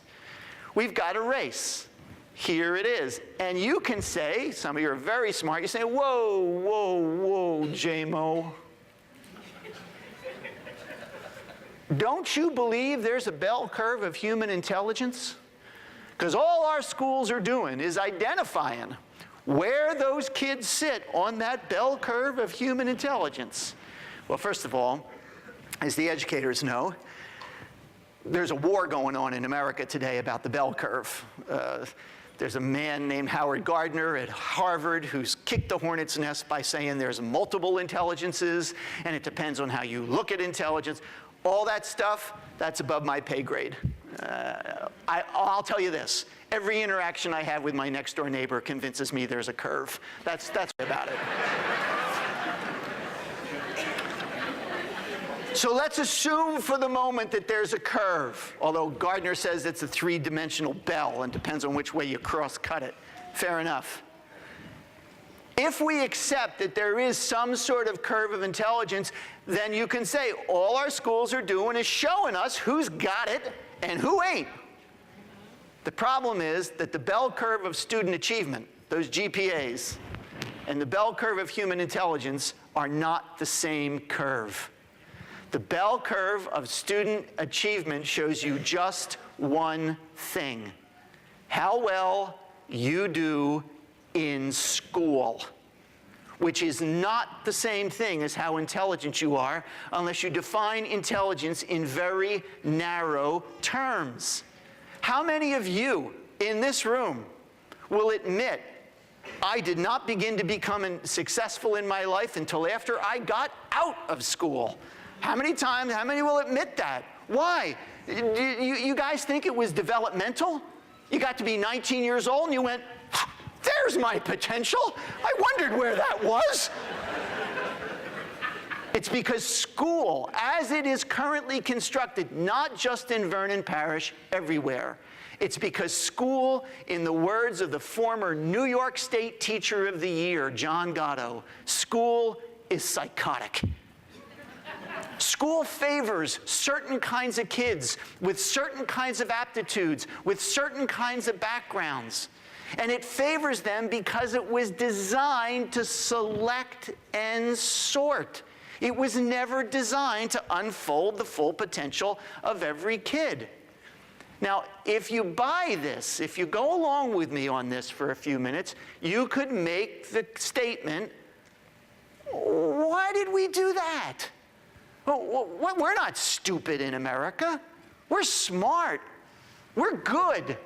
Why did we put up with a system that would select and sort kids on the basis of how quickly they could learn? Because Jefferson was right. We only needed a small handful of thinkers and a big slug of doers for almost all of our history. Up until the early 70s, you get right down to it. I graduated from high school in 1967. I know I don't look at, thanks. Thanks. You know, General, someone should have told me, this should be required, that in the facts of life, your dad tells you certain things, and he also says, son, you're only going to get so much hair in your life. Don't use it up in the 60s. I should have been told that. In 1967, that halcyon year, 77% of the workers in America were unskilled or semi-skilled labor. I'm going to say that again. Paul talked about what's coming and what you're going to need. The year I got out of high school, which seems like yesterday, the year I got out of high school, 77% of the workers in America did not need a high school diploma to catch the American dream. I got a job right out of high school. I didn't go right to college. A buddy of mine, dad was a big shot union official in Philly, got me a job in a factory. It paid $3.83 an hour. Now, some of the younger folks in this audience are thinking, you postponed college for $3.83 an hour? $3.83 an hour was more money than my senior high school teachers were making after 20 years seniority. The minimum wage was $1.19. It was fabulous money, $3.83 an hour. And I took that job, and nobody ever asked me if I had graduated from high school. I didn't need to. I had to be 17 and show up on time. That was the requirement. 77% of the workforce. We kept the school system that Jefferson initially designed because it worked. A small handful of kids going on to higher ed, a big slug of us going out into the workforce and doing okay. My buddy Mike, who got me the job, he never left that factory. And he bought a home and got married and had kids and owns a big Winnebago and a boat. And he was never asked. Now, Mike lives in mortal terror. He's getting ready to retire now. But for years, he lived in mortal terror of getting a pink slip because he knew he was functionally unemployable in the new economy. But for all of America's history, the school system fit. According to the Federal Bureau of Labor Statistics, the number of unskilled or semi-skilled workers in America that are paid a decent wage is now 12%. From 77 to 12. And I got to ask all of you, even in the high-flying Vernon Parish schools, you look at that bell curve, where are all these kids going to go? We have to rethink the foundation stones of the old model. Not because these people aren't working hard. We got to jettison that notion. They could all work 100 hours a week, and we wouldn't get what we need. We need to rethink the fundamental building blocks. How do we group kids in our schools today? On the basis of what? Age. There's another way of saying it. We group them on the basis of their date of manufacture. Why? You know, anybody who's the parent of more than one child or the grandparent knows some kids take longer to learn than others, having nothing to do with their level of intelligence. Some kids are more thoughtful. So there's pretty good research that shows that women take longer to get the answer than men. I love that statistic. All right, so the same study shows that women more often get the right answer, but that's another story. It's another story. We group them according to age. Now, maybe it worked for a long time, but now I know in Vernon Parish, I've only been here for 18 hours, but I've seen enough to know that there are kids who showed up last August 9th, let's call her a little girl named Mary, and she showed up and she came from a home in which her parents read to her every single night since she was born. And they told Mary again and again, probably in the cradle, you're going to college. But Mary comes in and sits right next to, on the little blanket, to Joey. And Joey comes from a part of the parish, and his parents are in such a state where Joey's never, ever seen anybody read anything. And Joey may have been told, explicitly or implicitly, teacher's the enemy.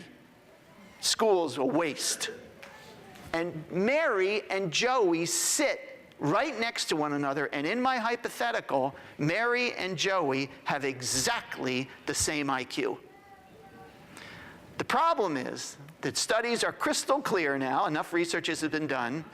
Mary, if she's typical, Mary will sit down on the first day of pre-kindergarten, 4 years old, and she will understand 7,500 more words than Joey. And they have exactly the same IQ, but Joey will never catch Mary because we hold time constant. And the teacher may have 27 kids in a class, and that gap between Mary and Joey just begins to grow. Doesn't matter how hard that teacher works, the system has a flaw. Then we're going to have to rethink that.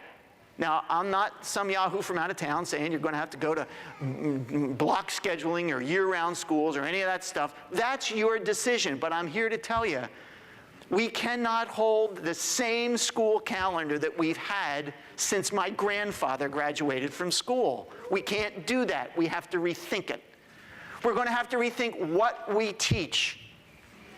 I fly a lot, and I never tell anybody sitting next to me what I do for a living because everybody has an opinion. I was tired a couple weeks, and I was flying from Portland to the Twin Cities, and it was Friday, and I was exhausted, and I sat down next to a woman, and she asked me, and I immediately said it, and she was on me like an LSU Tiger on a fumble on the 1-yard line. Do you know they do not teach the state capitals in school anymore? This is an outrage. And educators, do not get her started on cursive. Do not go there. She was a little older than I am, and I had to say to her, ma'am, I hear you. The stupid thing, the crazy thing, I remember the 5th grade test for state capitals. I remember it fondly. There's the list of states, there's the list of cities, and you drew the lines. I remember that. Why? I have no idea. But there's something emotionally connected to that test in me, and it was in her. But I had to say to her, ma'am, how are we going to teach them everything we learned, which we think is important, and everything that's happened since we graduated 5 decades ago and not increase the school calendar by 1 minute in 70 years? How are we going to do that? That's where all this stuff about the core is coming from. I would argue that communities allowed other agencies and powers to usurp their local control because they sat on their hands and didn't do anything, but that's another story. The fact of the matter is, we're going to have to figure out what kids need to know and be able to do in order to take advantage of those jobs that you were talked about. We're going to have to rethink the fundamentals of curriculum. We're going to have to rethink testing. This is another slippery slope I won't go down.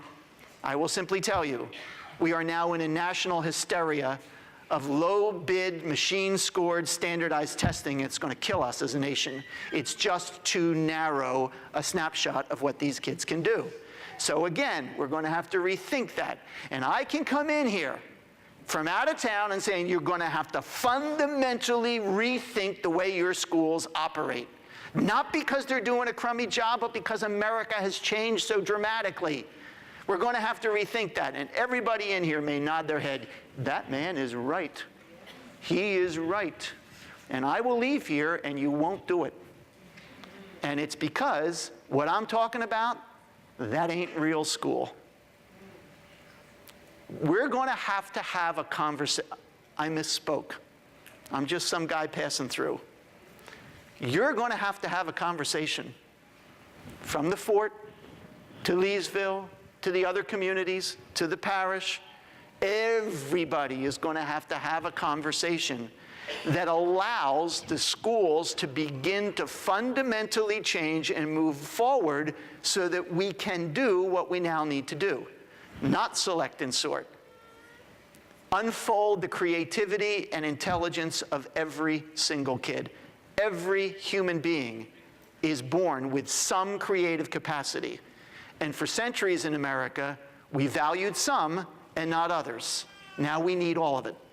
We're not going to compete in the world on the basis of our raw materials. I know what you can extract in the great state of Louisiana, you're not going to make it on the basis of that alone anymore. We're not going to make it on the basis of technology, which, by the way, we always invent, and then everybody else re-engineers and sells it back to us.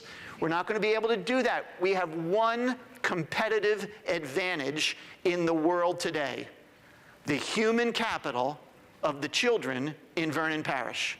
That's your most important natural resource. We're going to have a conversation about that so everybody can move off the dime and start to push these schools forward. And the problem that you will encounter, and this is the same everywhere, I'm not taking a cheap shot at Vernon Parish, you're going to discover that there's many people in the parish that have a debilitating mental disease. I have identified it and labeled it because clearly I'm qualified. The mental disease is called nostalgia. Nostalgia. Say it after me. Nostalgia. 50% nostalgia, 50% amnesia. Nostalgia. Everybody thinks, if we could just have the schools we used to have here in Vernon Parish, everything, if we could just go back to the day, everything would be all right. Again, I'm picking on you, Carrie. The remediation comment, one of the ways every August you hear all the press go crazy about all these kids who need remediation. And the fact of the matter is, it's an important topic. And educators, when you hear an article about these kids today needing all this remediation, what is the subtext of that statement? You suck. That is the subtext of that statement. Statements like this: I know of no college or university in America that doesn't have to offer most or all of its incoming freshmen remedial English, beginning mathematics, beginning science, and beginning foreign language. As a result, we are now giving 1 or 2 years of high school review before we can move to college courses. The system is broken and needs to change. Now, we hear that all the time. Professor Theodore M. Green from Princeton gave that comment. He gave that comment on March 26th to the Los Angeles Times. March 26th, 1946. There has never been a time in America where higher ed wasn't complaining about remediating kids. That doesn't mean we don't have to rethink to make sure all kids are prepared, college or career ready. College or career ready. We have to rethink the whole system, and everybody thinks if we could just go backwards. The guys right now, this morning if I'd gotten up earlier, I'd gone to a coffee shop, there had been 3 or 4 old boys sitting around one of the table, and I told them what I do. All this stuff about school reform. Just give them what I got. You know why? Because it was okay for me, and it'll be okay for these kids, and I can never keep my mouth shut. Sir, isn't it obvious? It was not okay for you.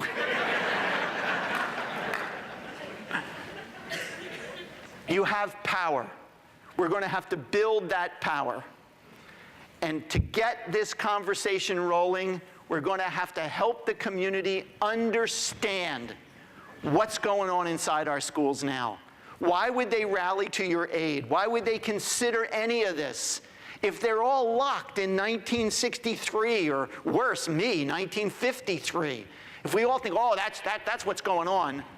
And as a starting point, I will tell you, and I believe everybody got a copy of this list when they walked into the room.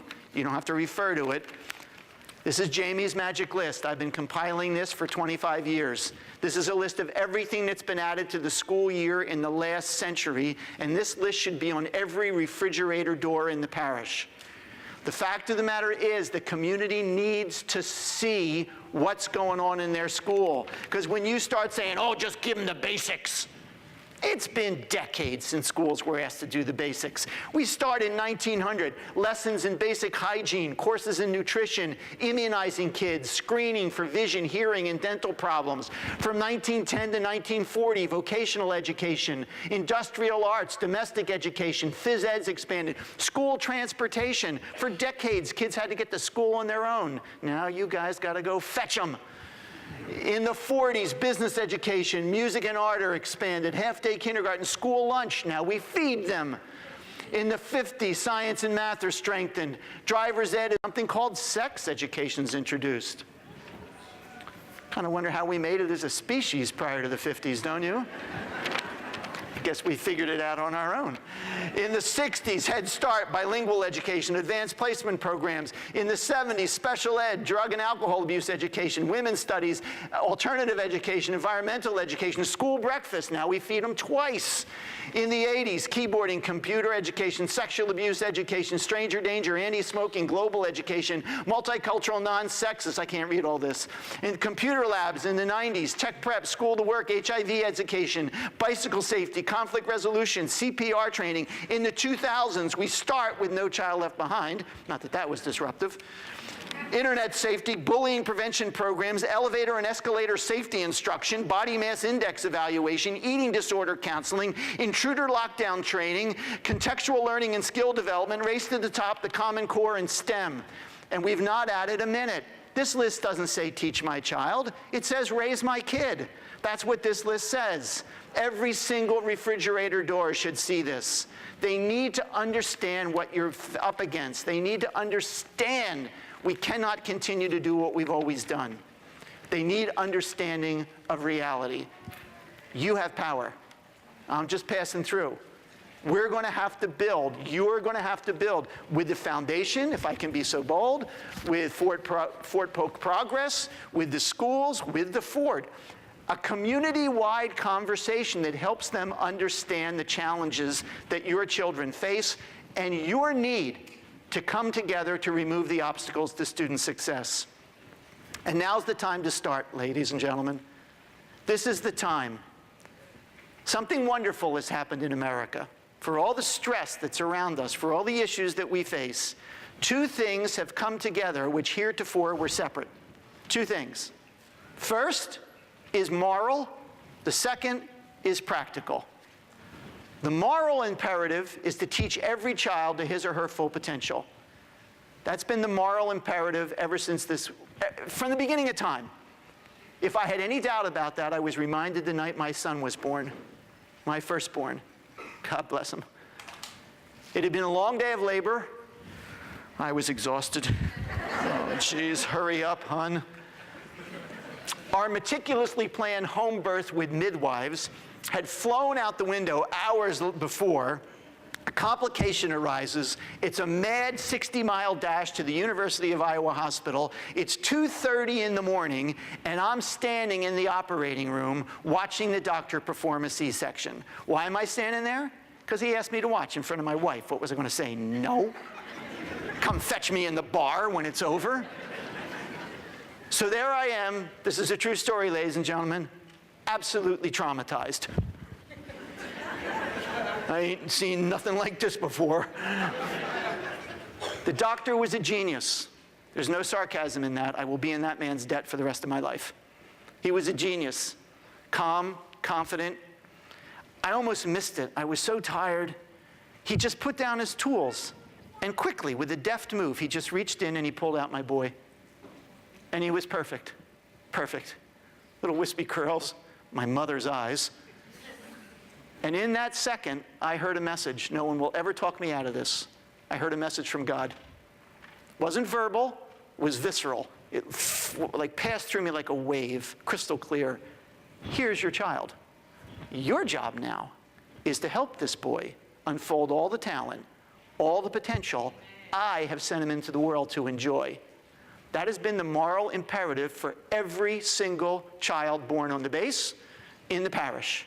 That's the moral thing to do, and we've never done it. We've done it for some. We've done it for the easy ones. We've done it for the ones that fit the system. We didn't do it for all of them. Why? It was moral. It wasn't practical. We didn't need them all. Why put all the effort and resources into getting this kid up to speed if there was going to be a place for him or her in the economy? I'm asking you to think about building the great conversation amongst yourselves to move these schools forward, to begin to recognize the tremendous platform upon which you can launch yourselves. It's not like you're at the bottom. You've got momentum. There's districts all across America who would kill to have that. But using that momentum, What's moral is now finally, thank goodness, practical. We need every kid. Every kid. They must all graduate. I know, educators, that's daunting, but where are they going to go if they don't graduate? And not only must they graduate prepared to succeed, as almost everybody, I'm sure, and certainly the leadership in the community and the base will tell you, they need to be prepared to face a very challenging global society. We have two choices if we fail these kids in the parish, ladies and gentlemen. A, if we fail them, we wind up taking care of them and paying for them for the rest of our lives. One way or another, we pay. Or B, we live in fear of them. Because in the 21st century, poorly educated people are desperate, and desperate people are dangerous. The moral thing and the practical thing are finally, thank goodness, they're the same thing. And there's energy running in this moment, which you can leverage as a community. If everyone comes together to help remove the obstacles to student success, if everyone comes together to begin to make the kinds of changes that will ensure student success for all, then this is Vernon Parish's most hopeful time. Thanks so much for your attention, and thanks for staying.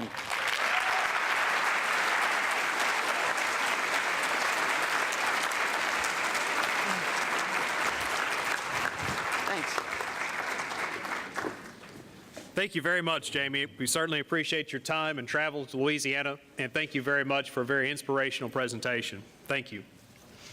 All right, so now we get to the fun part of today's program. Before we break for lunch and go into our parent university session, we're going to give away a little money. All right, so if I could get some volunteers, I think, Catherine, you're going to come down to help select out of the basket here. If I could get Colonel Moore, if you could get someone to help when she pulls one to bring it to me, and we'll quickly go through this. So Fort Polk Progress is proud to select, in the beginning, we're going to select 2 people that will be the recipients of $500 529 college savings accounts. And so, Catherine, Colonel Moore, if you could select the first one, please.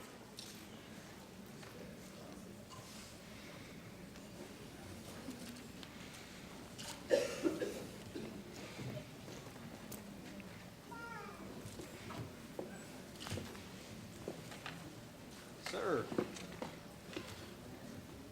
All right, our first winner of a $500 college savings account goes to Justin Schmidt. Is Justin here? All right, congratulations, Justin.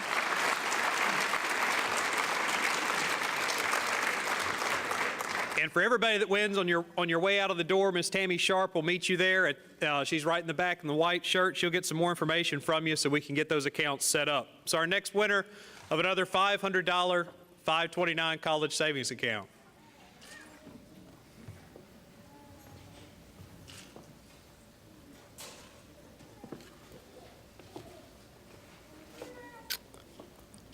All right, I know this is not rigged. The next winner of a $500 college savings account is Miss Lee Turner.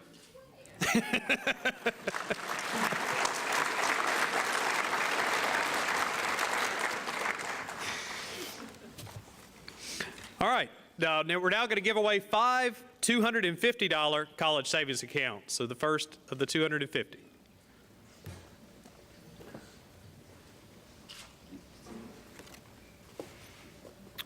All right, Miss Carol Bliss. Is Miss Carol Bliss here? All right. Congratulations, Carol. The next of our $250 college savings accounts.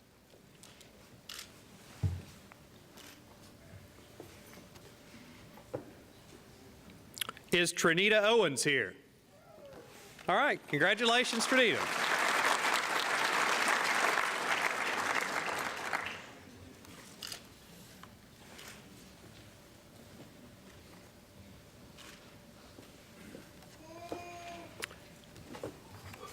All right, Vernon Parish Math Skills. Our third winner of a $250 college savings account, Marva Bowie, B-O-U-I-E.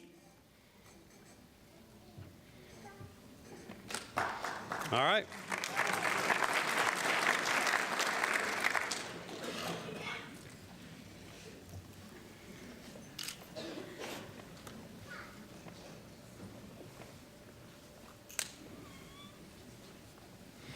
right, our next winner of a $250 college savings account is Carl and Sarah Jansen. Carl and Sarah.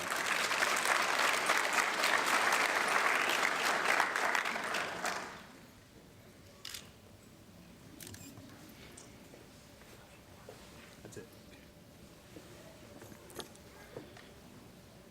All right, and our last $250 college savings account will be awarded to Miss Lyndon Jackson. Is Miss Jackson here? Excellent. All right, so thank you to all of you that attended this morning.